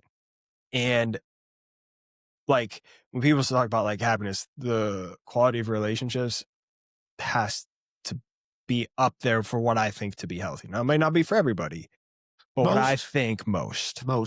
Well, obviously, I'm sorry for your loss. I think it's wonderful that you're able to talk about this because grieving is hard. Having lost people in my life as well, I've come to appreciate that there's certain realities of grieving that make it really difficult. Probably the most painful is the realization that there will be no more memories made. The pain doesn't go away. And the sad joke about that is, oh, it'll go away as soon as you forget her. You plan on forgetting her? no. So then the pain will never go away. So what happens is that it may decrease in intensity and there might be larger intervals in between, but you'll smell like her tomato sauce or a joke that she said. And I think that the greatest honor we can give to the people that have passed is to immortalize them. And the way we immortalize them is we internalize them and we live with their lessons. I mean, there is no surprise to me at all when you're talking about your grandmother, what I know about you. It's you value relationships. Now, whether she said, listen, relationships are important. You better pay attention to this stuff because I'm going to kick your ass. And you've appreciated it and you've internalized it. And that's how grandma's going to live forever. I don't think we spend enough time appreciating those things. 17-year-old daughter, last year was a sweet 16. And my wife was not happy with me because, well, my daughter had a little bit more extravagant of a party than my wife wanted to budget for. She didn't go over well. But I said, listen, I hope to see all of our children get married and have grandkids and do all that great stuff. But none of that's promised for us. And on that night, everybody is going to hear how much I adore her. And I'm not going to wait until some other day. And I think that's, I've done a lot of things over my career and relationships. I think the thing that I am most proud of is that people that really matter to me have no confusion about how I feel about them. It's not always reciprocated. I'm kidding. But I think that emotional intelligence is so critical to how we build high quality relationships. And for that matter, there's a ton of research that shows arguing in relationships is not a problem. It's how people argue that's the issue. And whether it's done with respect, self-respect and respect for the other person. And I mean that on the whole, it's the long ledger, not that was not my best day. And I shouldn't have said that one. But we teach people how to treat us. And when we have a pretty good relationship with ourselves, it's easier to have a good relationship with other people. And when we have good relationships with other people, we aspire to be the best version of ourselves. And so I can only imagine how lucky your children are for all the things that you learned from your grandma. Oh, and going down like the path to her husband, my grandfather, he passed away a couple years ago. Honestly, in one of the lowest points of my life. I had just gotten major knee surgery. You go back to that loneliness piece on one of the worst feelings in the world. I was in my basement alone for 6 to 8 hours a day in a machine moving my leg. And then, I wasn't allowed to walk for 6 weeks. And 3 weeks into that surgery, I get a random phone call. I had just seen my grandfather on Christmas. It fell on a weekend. So like that Monday, I just get a random phone call from my mom, and my mom never calls me. And I just get a pit in my stomach because I know something's wrong. Right. And she's clearly like fighting back tears, and she's like, your grandfather died. Okay. And talk about grief. Like I still not love my grandma to death, but like my grandfather, my biggest fan, came to all my games, all my practices. When my parents divorced, when I was young, we lived with my grandparents for a little bit. And like one thing I do with my kids now, when I used to get really angry, he'd rub my head. My uncle nicknamed me Rugrat. Nobody ever calls me that except for my grandfather and my uncle. He'd be like, you got a tight head, Rugrat. And he'd rub my head. And I started doing that with my daughters now. But it's like, that was the hardest loss for me I've experienced to this date because of the impact he had on me. And you talk about like, the relationships I value, from my grandmother that I, learned through. She never told me. Similar to my grandfather, he was the toughest SOB in any room. Like, he was in the Korean War, loved like the military lifestyle, but he was also simultaneously like the most loving person. And the love he showed for my brother with Down syndrome, the love he showed for me, my younger brother, and my sister, and everybody, like, and he never had to say, I love you. Right. But the way that like he lived, I don't know if I ever actually heard him say, I love you. But you do it. But I knew it. Yeah. I knew it. How much he loved and cared about us, which was the craziest part. Like, I'm sorry. Go ahead. Yeah, I was just saying, like, and so, like, to your point, like, I encourage a lot of people and a lot of athletes that I speak to, like, the people who've impacted you most in your life, the greatest way that you can engineer yourself is live out those things that have impacted you the most. And so when you said that, it strikes you like lightning. Absolutely. Well, your grandfather also interesting, a Korean war vet is the role model for this, but it just goes to show that sometimes stereotypes don't apply. I think what you're talking about is healthy, a new healthy version of masculinity. We we've gone too far to the other extreme. I think that men we're not socialized to be very socially intelligent. You know, girls, you give them dolls and they immediately start role playing, right? This Yeah. is the mommy, this is the daddy, this is the doctor, this is the patient. Our dolls are called action figures. We Yeah. throw them against the wall, right? So no wonder that we're idiots about understanding relationships until much later. And I do think that there was a great room for improvement for boys understanding social intelligence. But I think that there's a risk that we've become so sensitive that we've lost the appreciation of the need for stoicism. You're storming the beaches of Normandy. I know Normandy was World War II, not Korean War, but you're storming the beaches of Normandy. You don't want some guy who's talking about, I don't know, his feelings. We got shit to do. And frankly, too much emotion is going to get in the way. When I'm working with different athletes, each sport has different cultures. One of the things that's really interesting about baseball players is their relationship with emotions is different than other athletes. And I believe the reason why is because baseball is actually two different sports going on. It's a one-on-one sport, pitcher versus batter, and then everyone else gets to play afterwards. And the amount of time that you have to make a decision is so short that emotions will gum it up. Where in other sports, there's plenty of places for this to play out. So we start to understand different athletes, different emotional barometers, and all the rest of this. But there's simply not always time and place for emotion. And I think the healthy man is able to live along that continuum. There's a time to be the stoic. I tell my kids, if I yell, you should listen. If I whisper, you should worry because now I'm not angry. My brain is fully engaged and I'm going to decide how your life is going to be. And they're like, what the hell is he talking about? And then I, had my sons watch The Godfather with me and then they understood a little bit better. Right. So there's a time and a place for being strategic and cold and decisive and not dripping with it being out of control with emotions.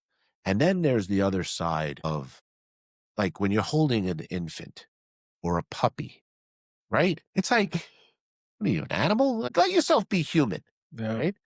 And I think healthy people, women get this more than men. Men don't allow themselves this. They find themselves, I think men find themselves dealing with, Polarized. yeah. I don't want to say polarized because then it sounds like they're bipolar. Yeah. I was thinking bimodal, right? Yeah. There's two modes. There's I'm a tough guy and I'm a family guy or a softie. And I think healthy masculinity is when you're able to go across that, depending on the relationships and what the tasks call for. I mean, it's similar with coaching. There's some kids that, some kids need the stick, some need the carrot. There's some kids that need to be worked hard, need the kick in the ass. That's how they're wired. And there's others that need the put your arm on their shoulder and say, hey man, it's okay. Keep doing what you're doing. You're on the right path. I believe in you. And the best coaches are the ones, first off, the best coaches are the ones that have the social intelligence. We've talked about this in the past that I don't think enough coaches have good social intelligence and good understanding of developmental psychology so they know what a kid needs at a certain time. But just like teachers, if you think over the course of your life, the teachers that you've had teachers that they may not know shit, but they were so connected they could teach you anything. Mm. And then there were content experts. You're like, I want to learn anything from that. I don't even want to listen to them. I'm falling asleep. Coaches are the same way. There are times that coaches are content experts. They know exactly where your foot is supposed to be on that block, right? I know exactly how you're supposed to turn out of that pivot when you're playing basketball. That coach shouldn't be around humans, all right? There's a phrase, athletes talking about coaches. Nobody cares what you know until they know that you care. And by the way, knowing that you care does not mean that you're dripping with emotion all the time. Just like your grandfather, he didn't have to say, I love you. You knew it. There are ways to communicate support and loyalty. Well, loyalty is an even longer conversation, but the reason why loyalty is so valuable is because it's so rare. Yep. Um, I have no doubt about that. Loyalty is very hard to find. But we don't need complete loyalty on a team. We can be okay if we have a combined shared mission. And good coaches know each player well enough, know what they need, know what makes them tick to help them be the best version of themselves, to help do their best on the field. And then there are other coaches that they just don't get it. You And know, this is where I have empathy for coaches, because they haven't been given the proper resources, or it's not that they haven't been given, it's they haven't been taught them, because the resources are out there. There's, like we talked about, there's an overabundance of information, but there's no systems, processes, people in place to teach a lot of these guys the proper emotional or social intelligence. I don't think that's true, Colin. You don't? I don't. Tell me. I think, well, why do you think it is they don't know? Well, I just think there's a lot of guys who just, like you said, they knew the game of football, and that's what makes them good. And they never knew all of the other elements were going to come with the head coaching job, with the general manager job. I agree with you. Now I'm going to kind of switch teams with you and take the Catholic approach, right? Good leaders are servant leaders, Yes. right? What's missing is humility. Yeah. There's a lot of ego involved. Right. And not good ego, No, right? bad ego. Right. So the issue is there are a lot of sports psychologists out there and coaching education experts that would be more than happy to teach coaches. Most coaches are not interested in that. That's the issue. And the ones that, I mean, to me, the coolest thing in the world is when you have a coach that's won everything and they're sitting in your class and they're trying to learn more. Yep. It's like, man, how do I bottle this guy or woman? And the best coaches are the ones that are constantly trying to get the edge, constantly trying to learn something more.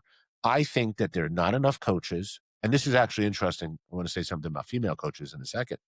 I think there are not enough coaches that have enough humility to recognize I'm good, but I could be better and I want to learn. Too many coaches coach the way they were coached, and they might know more than the average bear, but they're never going to be as good as they could be.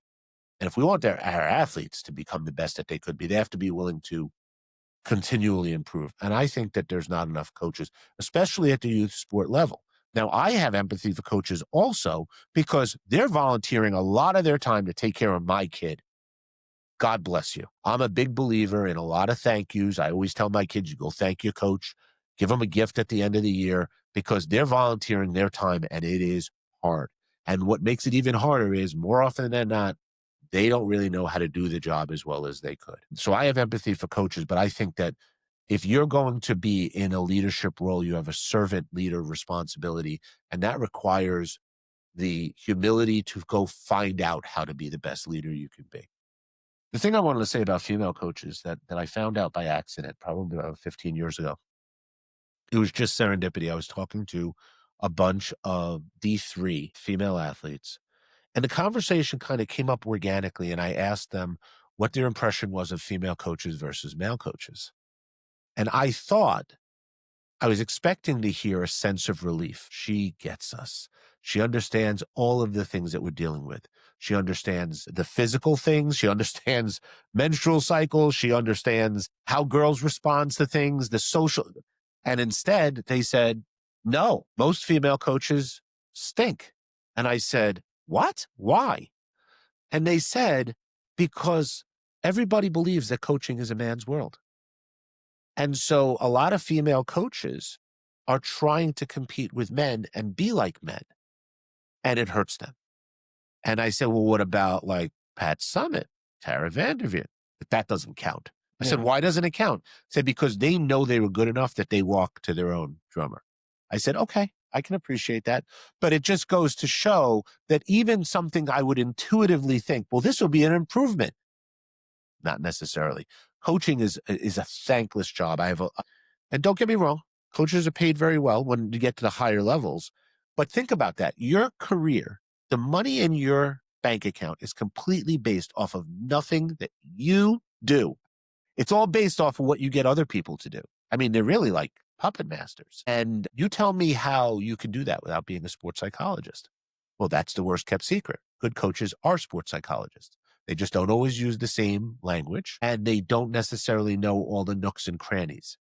But from motivating people and understanding what makes them tick, you can't be a good coach if you don't understand people. How much of that is genetic, do you think? 12%. I don't know. I don't know. It's so hard. Russell Barkley, who's one of the top ADHD researchers in the world. He has a clip on YouTube where he talks about how hard parents are on themselves when they have ADHD kids. And he said, this is the interesting thing. Your children have a couple of hundred different psychological characteristics that are largely influenced by the whole genetic mosaic of everyone above them. It's not just you, not just your spouse. It's your uncle that's the alcoholic. It's your aunt that's the high achieving CEO. And so you don't get to engineer your kids. And who they are is not your fault and not completely your doing. And what he said, which I thought was brilliant, he said, we don't get to engineer. I see it more as we're shepherds than engineers. We don't get to engineer the sheep. We get to decide what pastures they feed in. We get to decide where they get to exercise. We get to decide where we can protect them from predators. Shepherd is a very important job. But when you take yourself off the hook and realize that you are not the complete engineer here, now you can relax a little bit and go, my kid's a little different. I want to enjoy the show. Because is it true that attention deficit disorder is a learning disability? Without a doubt. Is it also true that people with learning disabilities, including ADHD, can do shit that a lot of other people can't? Also true. And so, it goes to show it's not just what you get, it's what you do with it. So I don't know how to answer how much of it. Is it a coincidence that there are certain coaching lines that this person is junior and this person's the third? Well, maybe they had more opportunities because their dad was in it. Maybe dad exposed them to the coaching side of the game because he knew early on that you weren't going to be a player. I don't know. But I do think that if you have a fair amount of social intelligence and a fair amount of humility, you could always become a better coach. Same is true for athletes, but athletes tend to be assessed on their physical abilities before their psychological ones. And I think coaching is the other way around. I mean, the best coaches that we think about in the history of the sport were not star athletes. You have this quote in your book: there isn't a more extreme spectrum than professional athletes and prisoners, yet anger connects them both. Can you explain that? People ask me all the time, what do they have in common? My answer is so anticlimactic. It's like when I give the answer, people almost are embarrassed that they asked the question because it sounds so elitist to say professional athletes. Actually, it's interesting. Sometimes they do the professional athletes and inmates. Or sometimes they'll go, professional athletes are just as bad as inmates. What they have in common is that they're human. And I think that we forget that. We put professional athletes up on a pedestal. We give them a different set of rules. And my experience working with athletes, and I think some of them have said it overtly, some of them have said I love you without saying I love you. There's great appreciation when I treat them as, hey man, you put your pants on the same way as I do. You're not better than me. I'm not better than you. I have some things that you might benefit from. Can we just talk like two people, square? And I think the same thing happens in the other direction for inmates. People forget the humanness of it. And most people in prison are going to get out. And so I think that the other thing that they have in common is their lives have been significantly impacted let me rephrase that. Their lives have been significantly impacted by their ability to modulate their emotions. The margin of error is way smaller for an athlete, but I think that that's the key. It's that they're human, even though we forget that people are human, and emotion regulation, especially anger management, is very difficult because when people act out on their anger and it becomes violent, everybody sees it. But here, this is the thing. Let's say I'm driving down the street and I get pulled over for DUI. You think that's going to be on SportsCenter tonight? With you? No. No one's going to give a shit. Well, maybe after this podcast, everyone's going to go, I know Abrams now. No, but the thing is that when an athlete transgresses, it's all over Twitter before anyone even corroborates things. I developed something called entourage training a long time ago. The concept was that professional athletes, besides the fact that I think that on your first rookie contract, you should not be allowed to manage your own money, ever. It has to be a family member, hopefully one that you could trust, or a money manager. Everyone, that's one thing that should happen. The other thing is that we're going to take one person from your entourage and we're going to teach you to keep your ass out of trouble. And so youth is often wasted on the young. And so professional athletes are afforded with these opportunities. And Entourage training was about helping people recognize de-escalation techniques, gang identification, where you go, where you don't go. How do we keep you on track? They're human, like just like you and me. And sometimes their worst mistake is going to become big news, whether it's a big deal or not.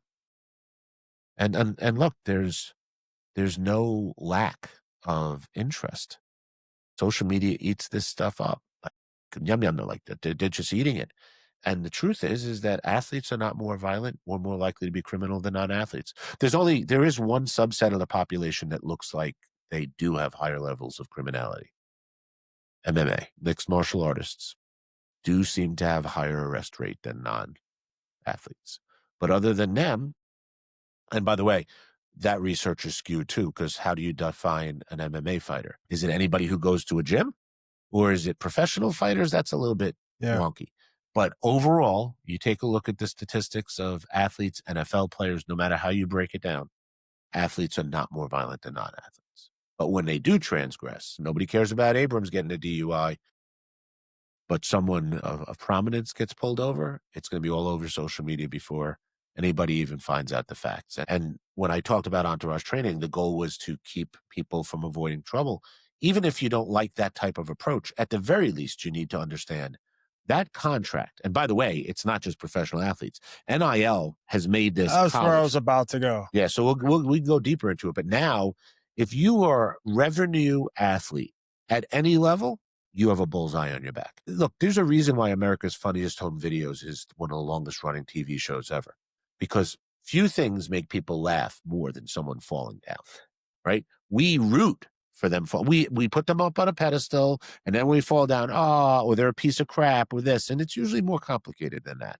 And so I think that there's not enough appreciation for athletes being an at-risk population, especially professional athletes, because the truth is, if the Mickey Mantle used to deal with groupies waiting in his hotel room before he got there. This is not a new thing. Athletes have been targeted, and I think they need to drive defensively.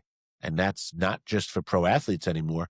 NIL makes it so that everybody's a target. And just as I was saying, the importance of developmental psychology, just work it backwards, reverse engineer it. The younger the athlete, the less likely they are to have the maturity to make good decisions, thinking about how this is going to play out down the road. Getting into that human part before I transition it into some of the entourage conversation, I think about some of my friends who are professional athletes who have been cut. Talking about the human element, does not matter that they're millionaires. Getting cut on a human level, someone's telling you you're not good enough to play here or you're not worth your price tag. Yep. Cuts you. I don't care. And same thing for coaches. You get fired, you're getting paid tens of millions of dollars a year, whatever What it are you is. complaining about? You had a $50 million buyout. Right. I was just told I'm not good enough to be here. And now my family has to move. My kids have to go to a different school potentially, or I have to live separately from my kids if I go coach somewhere else and I want to keep them where they are. And the complete removal of human elements gives me great concern for where our media age is, because again, you just talked about it. We're going to build you up to break you down. Two of the best coaches in the NFL right now, D'Amico Ryans, Kevin O'Connell. I have read, I'm going to throw Sean McDermott in there because I love Sean McDermott. You look at local journalism, local media, tearing those three guys down, saying they should be fired. The first sign of struggle, Buffalo's won 12 games, like 7 straight years. Right. Who the heck look where the Houston Texans were before D'Amico Ryans got there. Yep. Look at what Minnesota was before Kevin O'Connell got there. What are we doing? Well, what does the NFL stand for? Not for long. It's insane though. Like, can we let guys and girls have success and understand they're not going to be undefeated all the time? Why do we have to build people up just to bring them down? It's almost intentional. You look at Jaden Daniels right now. Everyone's greatest rookie season ever. Well, now he's been banged up and injured a little bit, and everyone's like, he stinks. He's not as good as Drake May. And those same people were saying last year Drake May sucked. And that's what's happened with CJ Stroud right now. It's unbelievable. I'm like, can we just let people be and have objective analysis? No, because it's not about humans. You know, people very often, I remember I was at some presentation where people were talking about racism in sports. And I'm just sitting there, I'm kind of shaking my head. And they're like, what, you don't think there's racism in sports? I said, of course there's racism in sports. Everything that exists in society exists in sports as well. So I said, why are you shaking your head? I said, you're focusing on the wrong color. It's green. The NFL, NBA, These are businesses. They are businesses. And there's been a lot talked about over the years about it being gratuitous slavery. There's something to the argument. They're seen as commodities. And by the way, that's not just on a pro level. I mean, come on, you're recruiting high school kids to colleges that they have no business being there. No business. I mean, look, you have Duke, you have Stanford, you have some schools that still, Northwestern to a degree, that try to do a more rigorous job of not dropping their academic standards too much for their athletes being there. But they have accepted that in exchange for the money that's brought in, even if we have to give some of it back for NIL now, that will change our standards. This is business. This is not about the human aspect of it. And that's the problem. As a sports psychologist, I completely agree with what you just said. It is horrible. Nobody stops and thinks about the humanity of any of it, even when things go well. I mean, that's the thing. What you just said is, yeah, you're sitting there with your heart in your hand because you just got cut. Now, you're a competitor and you basically just got castrated and you're holding your nuts in your hand. How bad does that feel? Well, guess what? The other side is also true. When you succeed, you also have to uproot and move your family. A coach's life, and for that matter, an athlete's life, is going to be based off of hiring cycles. How hard is it to be married and raise a family with any type of stability, with that type of constant injunctions? There are things about the system that are not good for humans. And this is exactly why I actually didn't go into coaching, because Okay. there was a period of time where I was like, I'm going to be a college or NFL football coach. I had my eyes set on it. And my uncle's a head football coach at a Division III school locally here. And he constantly advised me, don't do it. And so I went with him to Nashville for a coaches convention, ironically, right before COVID hit. And ironically enough, my pit coaches were on that flight and they're like, Colin, what the hell are you doing here? And I was like, isn't that scary? nah. People, members of the gang are saying you don't want to be a member of this gang. Yep. And I'll never forget the tight ends coach at the time. He held up his phone and he was like, this makes this job nearly unbearable. He's like, I'm working 24/7. I can't turn this shit off no matter how I try. And like, they were like, you're too smart to do this. Go do something else. And I, of course, just like ignored him. But then you get to Nashville and you see the lifestyle.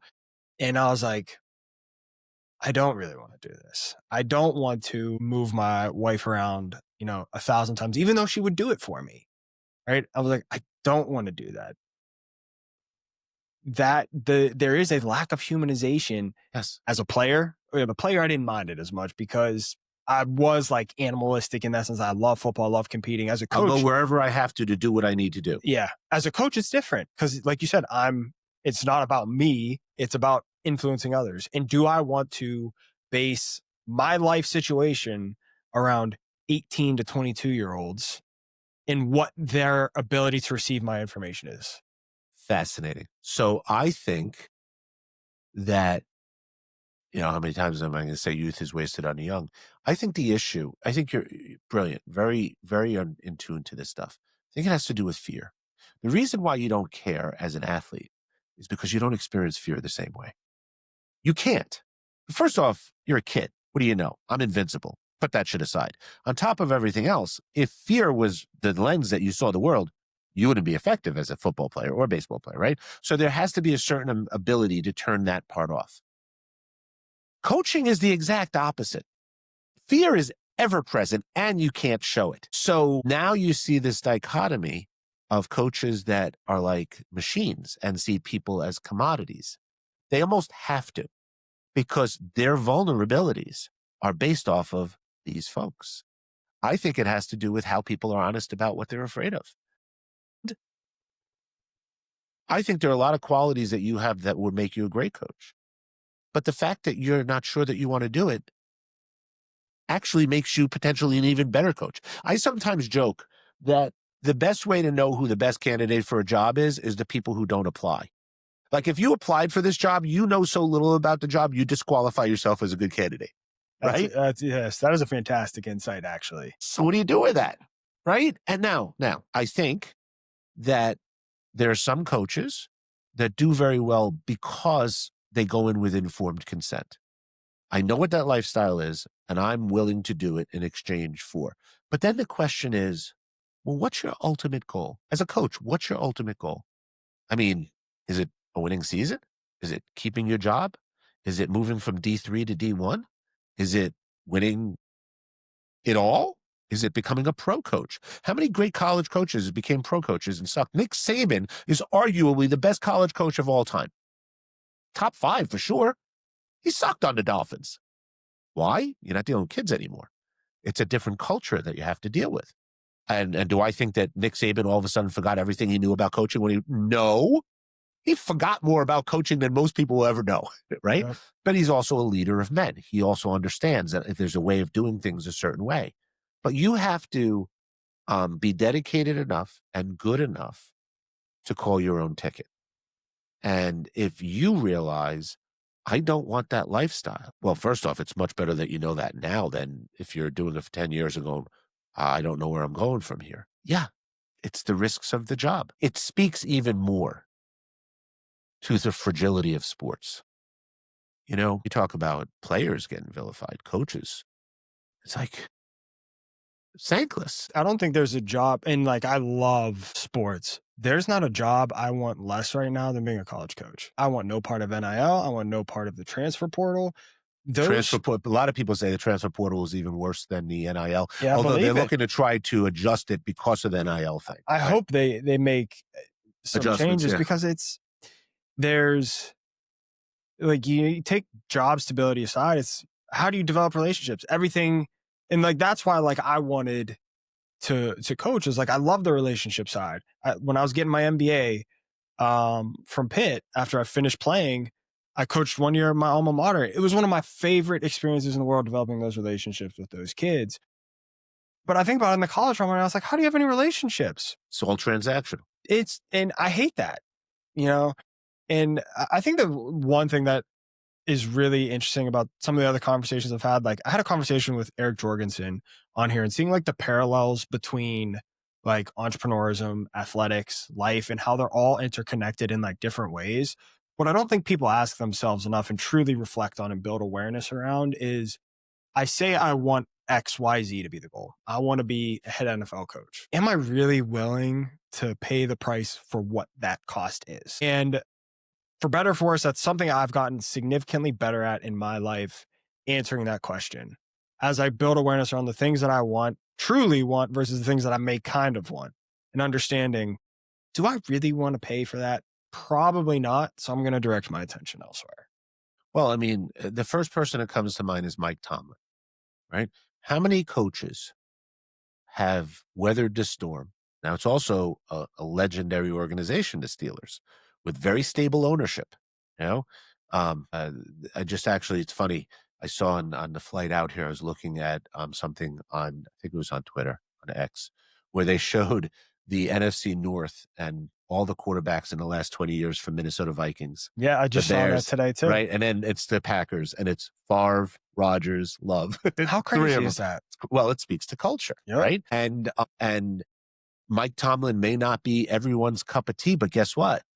He's been able to figure out the formula to be successful in one place with an ownership for a long period of time, and started very young. Yep. Right? Now, Pittsburgh Those are the also, 30s. right now, Pittsburgh also hasn't had many head coaches because they're an organization that thrives on stability. But yeah, why would you want that? Who's been? Look, I'm a Jet fan all my life, right? You don't have to talk to me about resilience. All right, you're going to pick on me, I'm sure. But listen, I remember watching Aaron Glenn as a player. I remember the fake spike when Marino threw it against them. You have a coach that wants to be there, understands the culture of the Jets, even if there's been ownership issues and all the rest of that stuff. He says he's going to turn the ship around. He wants to change the culture. They're 0-7, and everybody wants him gone. Like, what do you know about leadership? Do you know teams are like aircraft carriers? You can't turn them on a dime; they tip. You got to navigate where you're going to go. And so, unfortunately, like we said, NFL stands for not for long, and people lose patience. It's easy for everybody to be, impatient when it's not your job to do it. I want immediate results. Good luck. How many times do you see someone catch lightning in a bottle? They're very successful and they crash and burn. Versus, no, I mean, we're going back to Saban for a second. I mean, if you take a look at what happened with Saban, including at LSU versus Kelly, you're talking about sustained greatness. Everywhere he went, was there for a long period of time. Why? Because he had a system. It was based on structure and relationships. You got to have your shit together, have a lot of skills, and be willing to invest in it. And there is no shame. When I have people come work in the prison system, there are times that they're there. I will fail people on probation if I'm not sure they're the right fit. And there would be times that they'll be like really upset, say, listen, this is not the right place for you. There is no shame in it. When I first came to work in prison, I said to myself, all right, I don't know about this. I'll try it for 6 months. If I don't leave, I'll leave. I'm there 25 from 26 years. Certain personalities work different ways. Sometimes the best thing you could do is find out when it's not a fit. Gary Vaynerchuk, Gary V, talks about how important it is to fire people quickly. And everyone sounds like, oh my God, you're such a horrible boss. It's really about humility. I know that I'm not as good of an interviewer as I think I am. Everybody can put on a good show for a little while. When you realize that this person is poison to your culture, you got to pluck them before it starts spreading all over the place. Now, imagine you're talking about an NFL team or college team, dozens and dozens of players. I mean, you're talking well over 100 people when you're talking about roster and equipment managers and coaches and all the rest of that stuff. And you have one schmuck at the top whose head is on the chopping block whenever things don't go right. Very, very difficult. And then you'll see people play the role in order to try to endear themselves, but then they lose who they are and they lose what got them where they are. So if you're saying to yourself, I don't know if I want that, good for you. Because even if you did know that you wanted it, it still would be very hard. People don't realize, I mean, you're going into an industry that, yes, if you consider all sports and across all divisions, there are a lot of college coaching positions. But football, now there's less. Division One, now there's less. FCS versus FBS, now there's less. And so now you have a lot of people competing for a few jobs. And I mean, look, I was not a huge James Franklin fan for a long time, but I did not think that Penn State would just go, how much was his buyout? 50 million? Something like that? I think, yeah, 50, 54, something crazy. Check, bye. If a university can just say goodbye and pay someone $50+ million to not coach here, you're talking about serious money. This is a business. This is not about people. Nope. And I think that the challenge, this is why I often, you know who I think are the most valuable people in any sports organization? Athletic trainers. They're the most underpaid. They have to be humanly connected. They hear everything. I mean, they're like the bartenders of the sports world, right? I say strength and conditioning coaches as well. They're paid well. You can make that argument, but I group them in together. Okay. I can see that. The difference is, I mean, look, maybe two sides of the same coin. Yeah. One's getting them on the table either when they're rehabbing or taping up. The other one is building their bodies. Yeah. But in both situations, they're dealing with humans and hearing them just spill because they don't realize they're being listened to. And it's very rare that you'll find a trainer or a strength and conditioning coach that doesn't really know the heartbeat of the team. 100%. Where coaches, especially in big power programs, may not, because, I mean, listen, you think they go to school? How many of you have an MBA? How many of them have an MBA? You would need to have people that are going to manage your budget, what attendance looks like, where NIL goes. It is really a CEO job. In fact, what's happening is like Andrew Luck. I mean, I've been partial to Stanford for a long time. I liked Stanford since Harbaugh was there. I love David Shaw, brilliant coach. I can't believe David Shaw's not there anymore. They fired him, right? Or he resigned. He resigned, which was, I think. I mean, he also was looking at a couple of college positions. I mean, he's been around for a long time. Great guy. I played against him my final game. Really? I mean, it's very hard to not like him. Very balanced guy. But I love this idea of intellectual aggression, brutality. You know, the idea that you could be smart and tough at the same time. Stanford struggled since Shaw left, but bringing Andrew Luck back as the CEO, and that's the direction that they're going, whether it's CEO or GM, they're coming up with different titles for people that are going to be the overseer of the organization. I mean, Andrew Luck is, you know, he's got both the lineage, the experience. I mean, bright guy. Yeah. He could do whatever he wants to do. But I think that that's what you're seeing more and more, because there are fewer and fewer head coaches in the college football world that are able to do all those things. And so I think you're going to see more of that. And by the way, that'll just be another position that costs a lot of money. And another reason why beers are so expensive, even in college stadiums. I'm not a James Franklin supporter by any means. I loathe Penn State. As a Pitt guy, I loathe Penn State. I could not believe, maybe I could believe they fired him after the year. I can't believe they fired him when they did. You would have thought he built. It was what? It was 3 consecutive losses in Big Ten, Three right? consecutive losses. Yeah, that's all it took. First time that's happened in however many years. So if you want to do something unprecedented, let it start with something that's unprecedented, right? It's unbelievable. Like, I think so. Josh Pate is one of my favorite college football guys right now. And I listened to him talk about this, and he was like, and I agree. He's like, there are maybe 5 to 6 coaches better than James Franklin right now in terms of win-loss record, rankings over the years, recruiting, yada, yada, yada. Not a lot. They're all employed. He's like, so you're betting that you can go find the next without having an immediate contingency plan. You do not have an immediate plan to replace him right now. That was my argument about the Knicks firing Thibodeau. I agree. I said the same thing about Tibbs. I understand if you want to move on, but to not have an immediate contingency plan is a recipe for disaster. Absolutely. I do think they got lucky. I think Mike Brown's a great coach. I think they hit it out the park. He was the best option because he's offensive-minded. He loves youth. He loves being aggressive. He plays a deeper bench. But I'm right with you. Absolutely. I mean, if you think about it, you don't fire someone unless you have someone better that's available. But this is also how bizarre the world is, right? So James Franklin was not popular with people because one of the things that he did was he used to run up scores for ratings, right? Kind of threw sportsmanship out the window. But regardless of whether or not you like James Franklin, John Gruden's being considered for the Virginia Tech job. I did not know that. I knew he was trying to get back into coaching. I didn't know he was being. But Virginia Tech, the Hokies, really? You got Penn State's available. LSU is available. And they're talking about John Gruden, Super Bowl champion coach for Virginia Tech. That's how, man plans, God laughs. As soon as you think you have it all figured out, there's ghosts in the machine. There's something wrong with the algorithm. The matrix is screwed.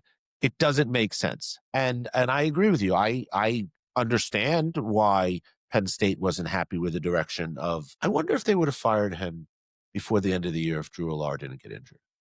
That's a good, he's on a separate note, he's a guy that I have a lot of empathy for. Allard? Yeah. Okay. I have more empathy for quarterbacks in general because they don't ask for the outside expectation. Right. And any quarterback or competitor, no one's going to have a higher standard for themselves than themselves. And so because other people deemed Drew Aller, in particular, I call him a cult, the Penn State cult, anointed him as their program savior, because he wasn't that, people cross the line and go over objective analysis into death threats and personality attacks and tearing this kid down who, by all, information you hear, did nothing but do his best. Yes. Okay. And had probably some where he could use like a sports psychologist or a performance coach, help him with some things that he was probably struggling with. Right. That came with the pressures that he probably wasn't prepared for. Well, but isn't it the most basic thing though? I mean, this is so simple. It's almost insulting, huh? You're going to tell me, except for that, we did just have a big gambling scandal in the question of how much the mob influenced things. I can't wait to see how that plays out. We could talk about that. But except for that on the side where there might be reasons that people are doing things like, there is not an athlete out there that's going out there and trying to fuck up. It's just not what happens, okay? Now, there are times that they put too much pressure on themselves, and that winds up making it more difficult, pressure from outside. But, everybody's literally an armchair quarterback. Bro, you can't throw the ball 10 yards, and you have criticism that the ball placement was 2 inches off. What? I mean, this is like Greg Maddux. Greg Maddux was like unbelievable with his placement. And he would set things up so that, I forget, I just saw a clip recently that he called a pitch inside so that I'd have to go back and get the story, but he basically threw a home run pitch early in the game to set up the pitch so that he could throw a slider and get the guy out later in the game when they would need it more. I mean, playing chess when everyone else is playing checkers, right? Right. Now, so you're talking about college kids with great talent, no doubt about it. Margin of error is tiny. And if you want to say, I don't like how you performed, no problem. No problem. But it turns into character assassinations and death threats. And it's like, it's the negative underbelly of sports. But I'll tell you something. It's one of the reasons why I love you giving me the opportunity to talk about these things here. This is not talked about at all in sports media, except for the blip on the screen. And it comes and it goes. I was just at a major sports psychology conference. Not a lot talking about deviance in sport. There was one panel where they were talking about, there was the guy talking about trash talking, and there was also another person talking about, or four people talking about dominance in combat sports. And it was so pure and real. I went up to, I knew all the guys. I was like, man, you guys hit out. There's not enough of this stuff. And so, absolute power corrupts absolutely. And so you have these kids, and they are kids, even if they're employees, that they have to worry about their lives being threatened, whether they're credible or not, because they didn't perform the way people demanded them to. It's like, talk about biting the hand that feeds you. It's horrible. It's horrible. And sports psychologists are not standard staff at all universities. We might get there. And there are a lot of sports psychologists that are really more about performance enhancement, and they don't know how to deal with clinical issues. And so the pressures are at an all-time high. And yeah, I worry about a lot of these guys. And frankly, it's, to what degree are athletes that are struggling with mental health struggling with internal things versus external stressors? We often say in the treatment of trauma, abnormal reactions to abnormal situations is normal behavior. How many of these guys, and women for that matter, are struggling because they have a set of pressures that the rest of the world doesn't know about? And And the hard part is thinking about like the threats on life is you don't know what's credible and what's not. Yep. Going back to the deviant behavior, not even just athletics, but towards athletes. You look at Caitlin Clark just had a stalker go to prison, Yep. and he said, "I'm guilty, guilty." Yep. Like just straight up, like cut off the judge, said, "I'm guilty." Like you don't know what's credible and what's not, and people say, like, you just need to brush that stuff off. It's like, okay, well, let me send 30 messages in your direct inbox saying, "I'm going to kill you. That's I know right. where you live, and tell me how easy you sleep at night." That's exactly right. People dismiss it because they don't have to live it. It's Th- insane. It is. But this is, some people will say, and I do agree with it a little bit, it is the price that you pay for the perks that you get. The annoyance of having a camera in your face after every bad performance, I understand. That's the price you pay. People threatening you, people slandering you in all kinds of ways, blackmailing you. I mean, now you got all kinds of scams going on the internet. I mean, these people don't want to talk about it. Like, I think that athletes are at risk for two major reasons. One is, the most basic reason is because people presume that because they're physically healthy, they're psychologically healthy. And that's just simply not necessarily true. The other thing is, they have a set of stressors that the average person never has to deal with. It's like, it's the frog in the pot of boiling water, right? And you turn the heat up and they don't jump out. And the reason is it gets hotter and hotter and hotter. They acclimate. And by the time they realize it's time to jump out, they're dead. Yeah. Well, I want to be involved in sports. I like to compete. I want to win. All right, NIL, I'll take money, no problem. Oh, well, let me tell you what we're getting from you for that. Well, I didn't sign up. There's no backsies. If you want to talk a little bit about all the scandals with the point shaving, it's not rocket science how the mob leverages these people. It starts with a gambling debt, almost always. And they say, look, we're getting our money one way or the other. And they will, because they're not afraid of going to prison. That's a job hazard. So you could do this or you could do that. People are very influential.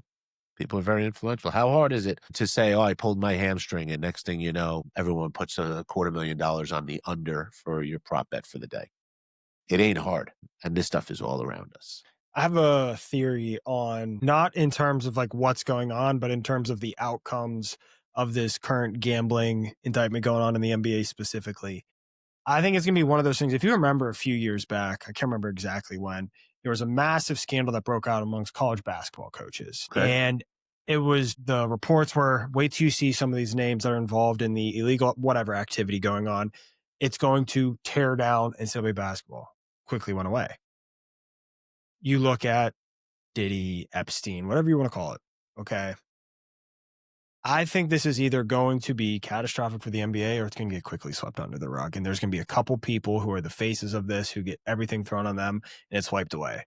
If you listen to who's the NBA ref, Tim Donahue, was it Donahue. Donahue? He came out recently and said he doesn't think the NBA will be able to sweep this under the rug like they did with his case. He said, with my case, he was like, I was painted as one bad actor. He was like, I was the face of it. They pinned it all on me. I went to jail. He was like, no, he's like, hearing what I'm hearing about this case, they're not going to be able to do that. Well, I used to say that when I talked about athletes and arrests, that guilt was not the determining factor of whether or not they went to prison. You could take Kobe Bryant, you could take a lot of people that were involved in things, and you listen to it, forget about anything behind the scenes, just the information we got. There's a difference between being guilty and being convictable. And by the way, for anybody who doesn't know, the burden of proof for a civil case is pretty much 51%, the preponderance of the evidence. Way easier to prove than a guilty conviction for a criminal offense, right? So the people will say, well, you weren't found guilty of the criminal offense. Why were you going for the civil? Well, for one thing, it's easier to prove. And second, I would be more likely to throw a settlement your way to make this go away. But my point is that I think that people don't realize that one of the things that leads athletes to not be convicted and in jail is the quality of the representation that they can afford. So athletes should be compared to other celebrities, not the average person. So if an athlete can afford good representation, what can a sports league afford?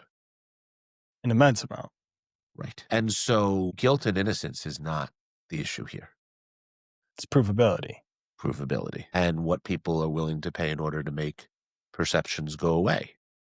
I think Donnie has a good point. I do think point shaving is a very different thing than being involved in illegal poker games. I'm not trying to split hairs on morality, but the sports rest on the level playing field. You doing things, faking injuries, refs giving too many calls, putting them on the bench, that's a different dance than being involved in illegal activities. I'm not saying that being involved in illegal poker games is not criminal. Yeah. I'm not saying it's fine, but the essence of competition requires a level playing field. And when that gets corrupted, fans are going to start questioning if it's a rigged game. Now, there is a somewhat comical side of this. If someone would have told me in 1980, for argument's sake, WWF wrestling is going to help make everything make sense, I would have been like, what the hell are you talking about? As soon as WWF became WWE and they said, this is entertainment, now the wins and losses didn't matter.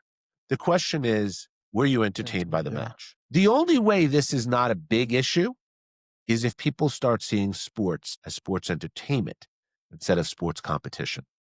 If it's sports competition and I'm betting on who I think is better to win the game, the whole thing's going to, and that's the irony of it. The house of cards of gambling will collapse on itself. All the money that they made by fixing these things is small potatoes if people stop betting because they think it's all rigged and there's no real competition here. So careful what you wish for. I didn't think about it that way. Well, and look, I think that a lot of times, you know, if you've ever heard the phrase, it's common in business and in the underworld, the pig gets slaughtered, right? Yep. Don't be greedy. Take your piece. Do what you got to do. Live in the shadows. And people all can operate that way. There's rules of engagement. But invariably, someone wants to take a bigger bite, gets careless, everybody sees it, and all of a sudden you realize, holy shit, I didn't just, I won $250,000. There's $1 billion on the line here. Yeah. And I think that people forget that so much of what we deal with sports is based off of a premise of trust. It's one of the reasons why I'm a big fan of sportsmanship. I don't have a problem with trash talking. I think trash talking is useful.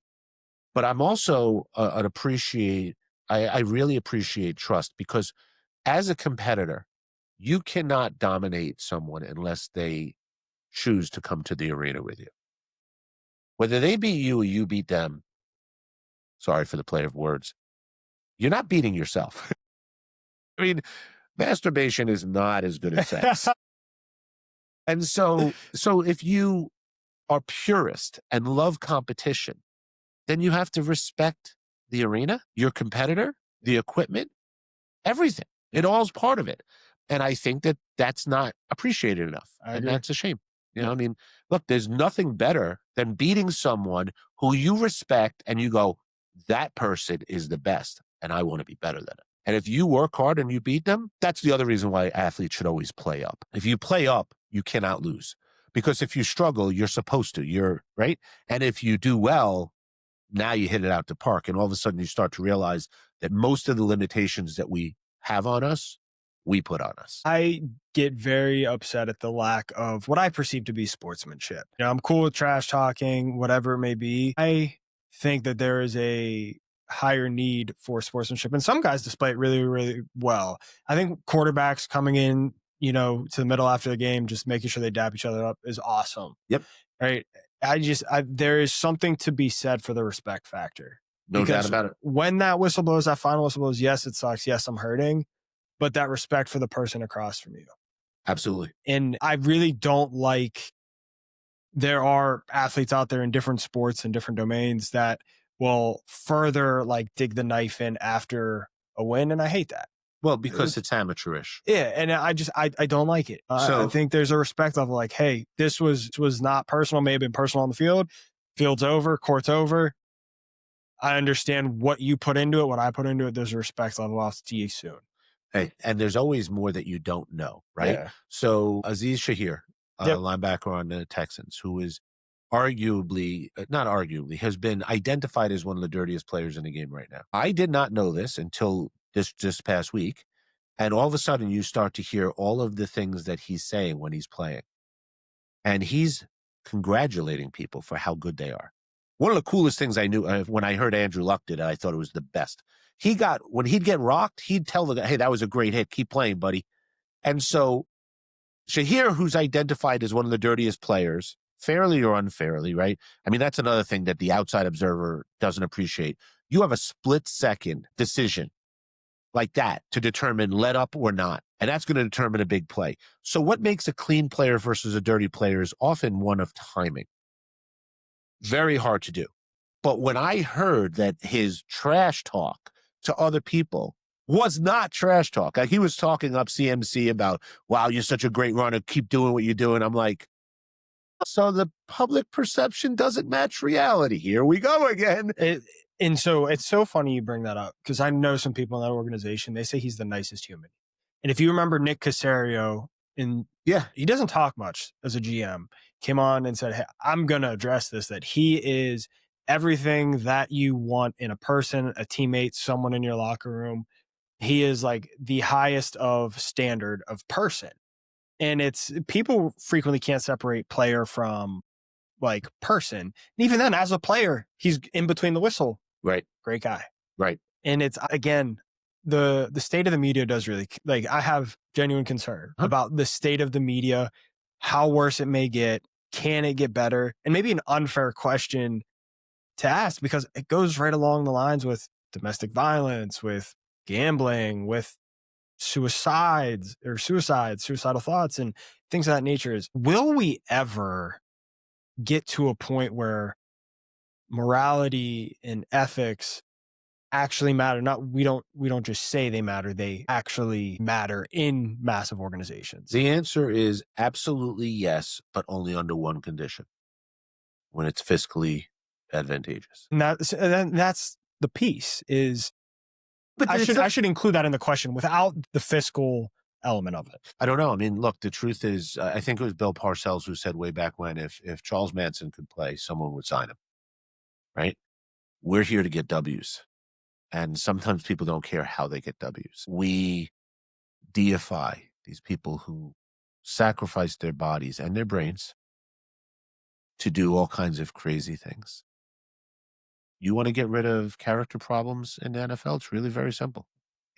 I'll lay it out for you. It's as simple as this. Every person that's considered for the draft has to have look, this is, I get to talk. I'll tell you how to do it. Everybody who's considered for the draft has a psychological evaluation. The psychological evaluation that's done right now is a very brief interview and some tests that really aren't very reliable or predictive of anything.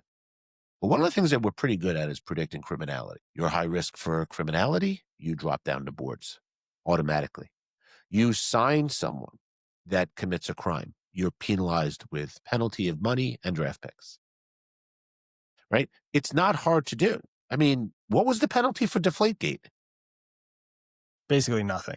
Right. And if you smoke marijuana, right? Yeah. But you beat your wife, you're playing in 3 days. And they play the game. They play the game. The attorneys know, okay, we're going to ask for continuance so that this hearing doesn't happen until the off season. This is not hard to fix if people wanted to. The problem is, and this is a mistake. The problem is people think that angry, violent, criminal-like people are better athletes. And the answer is maybe. Sometimes, but not always. No one gave a shit when Eli Manning was giving out Thanksgiving turkeys and nobody knew about it. Tons of athletes do great charity work and things in their community, and they're doing it because they actually care, not because I want to get a check mark for I'm doing good community service. These behaviors are not hard. And by the way, let me take it one step further. It's not just about punishing the team.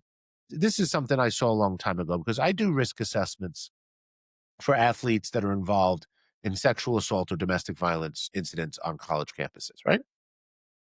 So let's say you have a D1 athlete that you've invested a fair amount of resources in, and they get arrested. You're going to just cut them? No. Well, this is where it gets hairy, right? If you cut him, he's going to go across town to your competitor and wipe the floor with you. You're basically praying that either he magically finds God or this was just an anomaly and it won't ever happen again. How about assessing his risk to reoffend? How about determining what the factors that contributed to his offending are and determine whether or not he's suitable for treatment? And it's not instead of punishment. Let the criminal justice system do what they want to do. If you actually want to say that you give a shit about people, you want to prevent victims, right? You know how you prevent victims?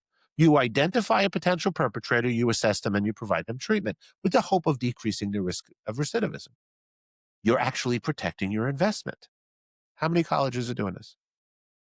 Very few. And another problem, if we're going to talk about saving the world, there are too many colleges that don't have sworn law enforcement as their police force, security officers, and they report to the dean of students. So now, are you going to protect the brand?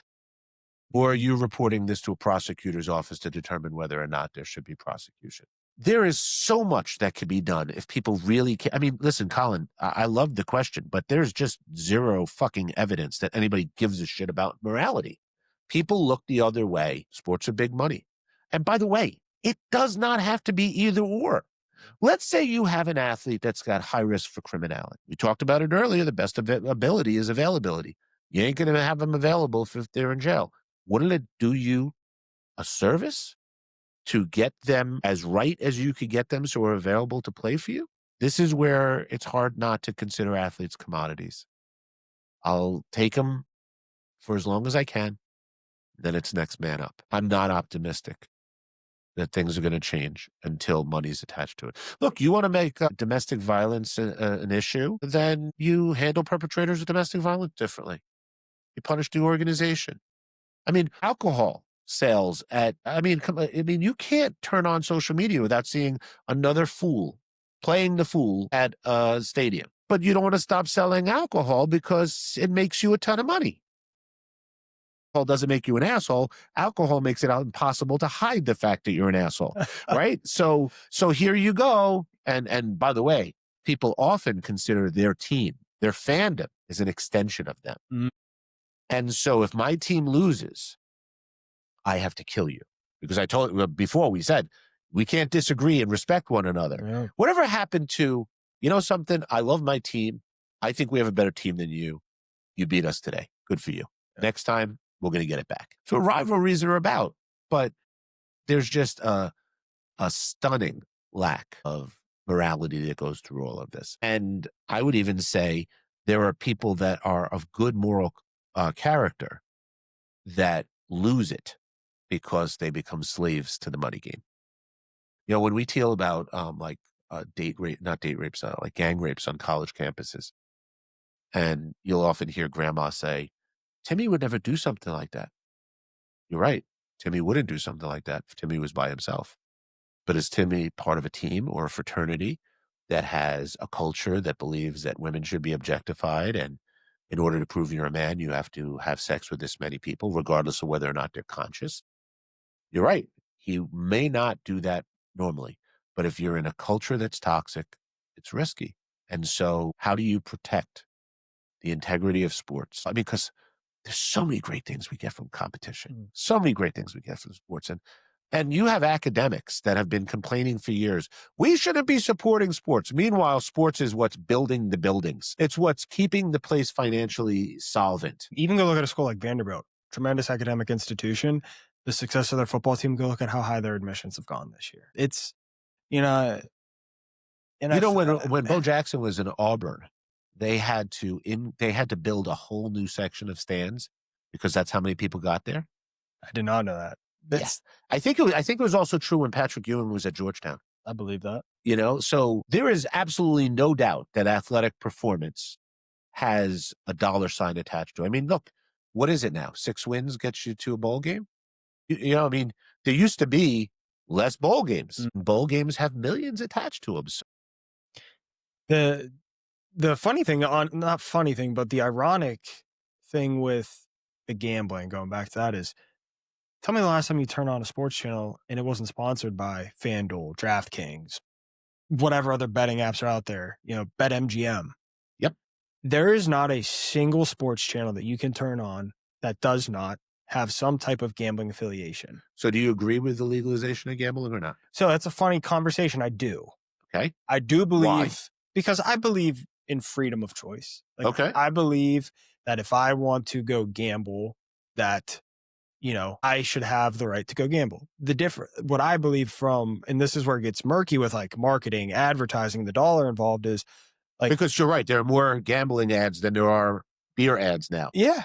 And it's, except for the cute Clydesdale Budweiser. You can always count on those. Even going back to beer ads, all the marketing of beer, right? But they put that line, or bet responsibly or drink responsibly. And they're like, oh, that's that. No, that just means that they have a lawyer that they listen to once. Right. Yes. And it's like the off the hook. And it's, I do believe in the freedom to go have a drink. I believe in the freedom to go gamble. What I don't agree with is the association sports leagues have with these things. I don't agree with the publication of everybody go drink and say drink responsibly because we have a lawyer. Now it's okay. Or, right. Here's the number for if you have a gambling addiction. Yeah, because I'm going to just call that number. I would wonder the efficiency of people addicted to gambling that actually utilize the gambling hotline. That should. So all good points. You know what was one of the initial and worst justifications for the legalization of gambling? What's that? That it was going to get rid of illegal gambling. I've seen that. Illegal gambling will never go away. Do you know why? I don't. Illegal gambling allows you to gamble on credit. Did not know that. Know some bookmakers. You'll learn some things. So the thing you can tell I don't gamble that often. Neither do I. No, but the thing is that that's the secret that nobody appreciates.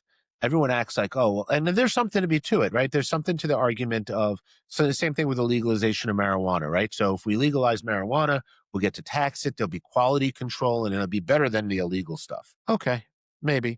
The illegal stuff's not going to go away, right? You're still going to have the kid on the corner who's selling dime bags. The reason why illegal gambling will never go away is because you don't have to front the money. By the way, that's the easiest way to get into debt. But strangely, the mob doesn't have difficulty collecting. They have a higher collection rate than the IRS.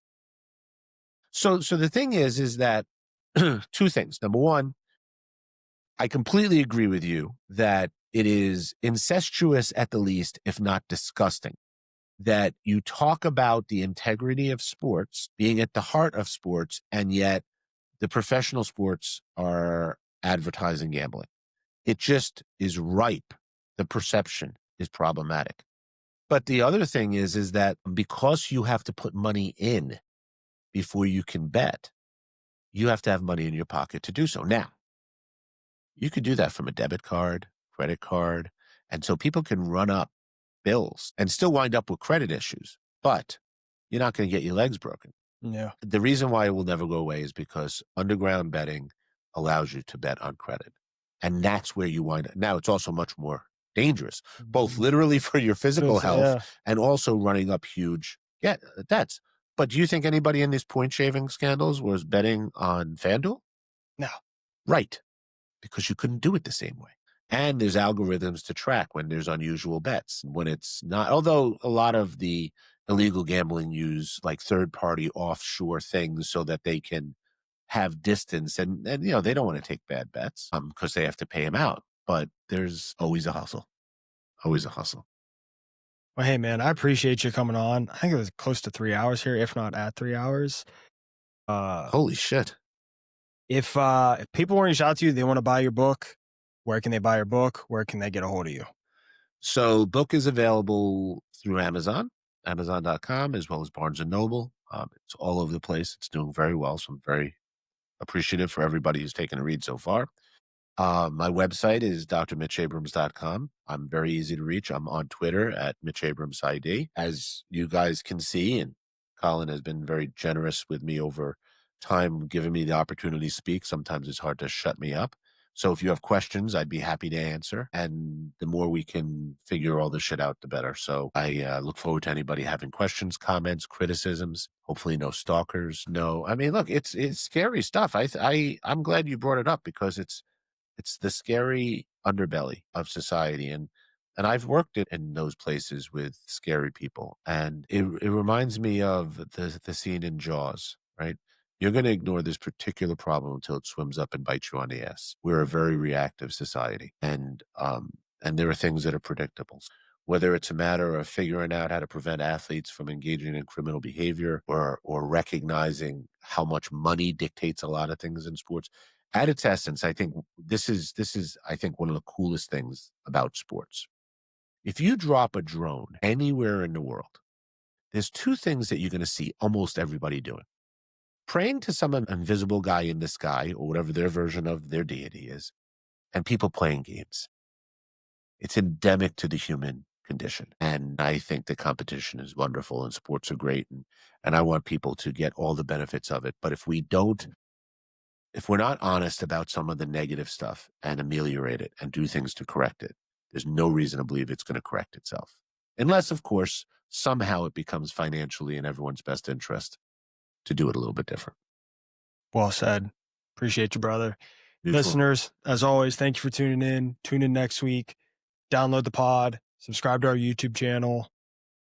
5 stars only, baby. Appreciate you guys. See you next week. Appreciate you, Doc. Thank you.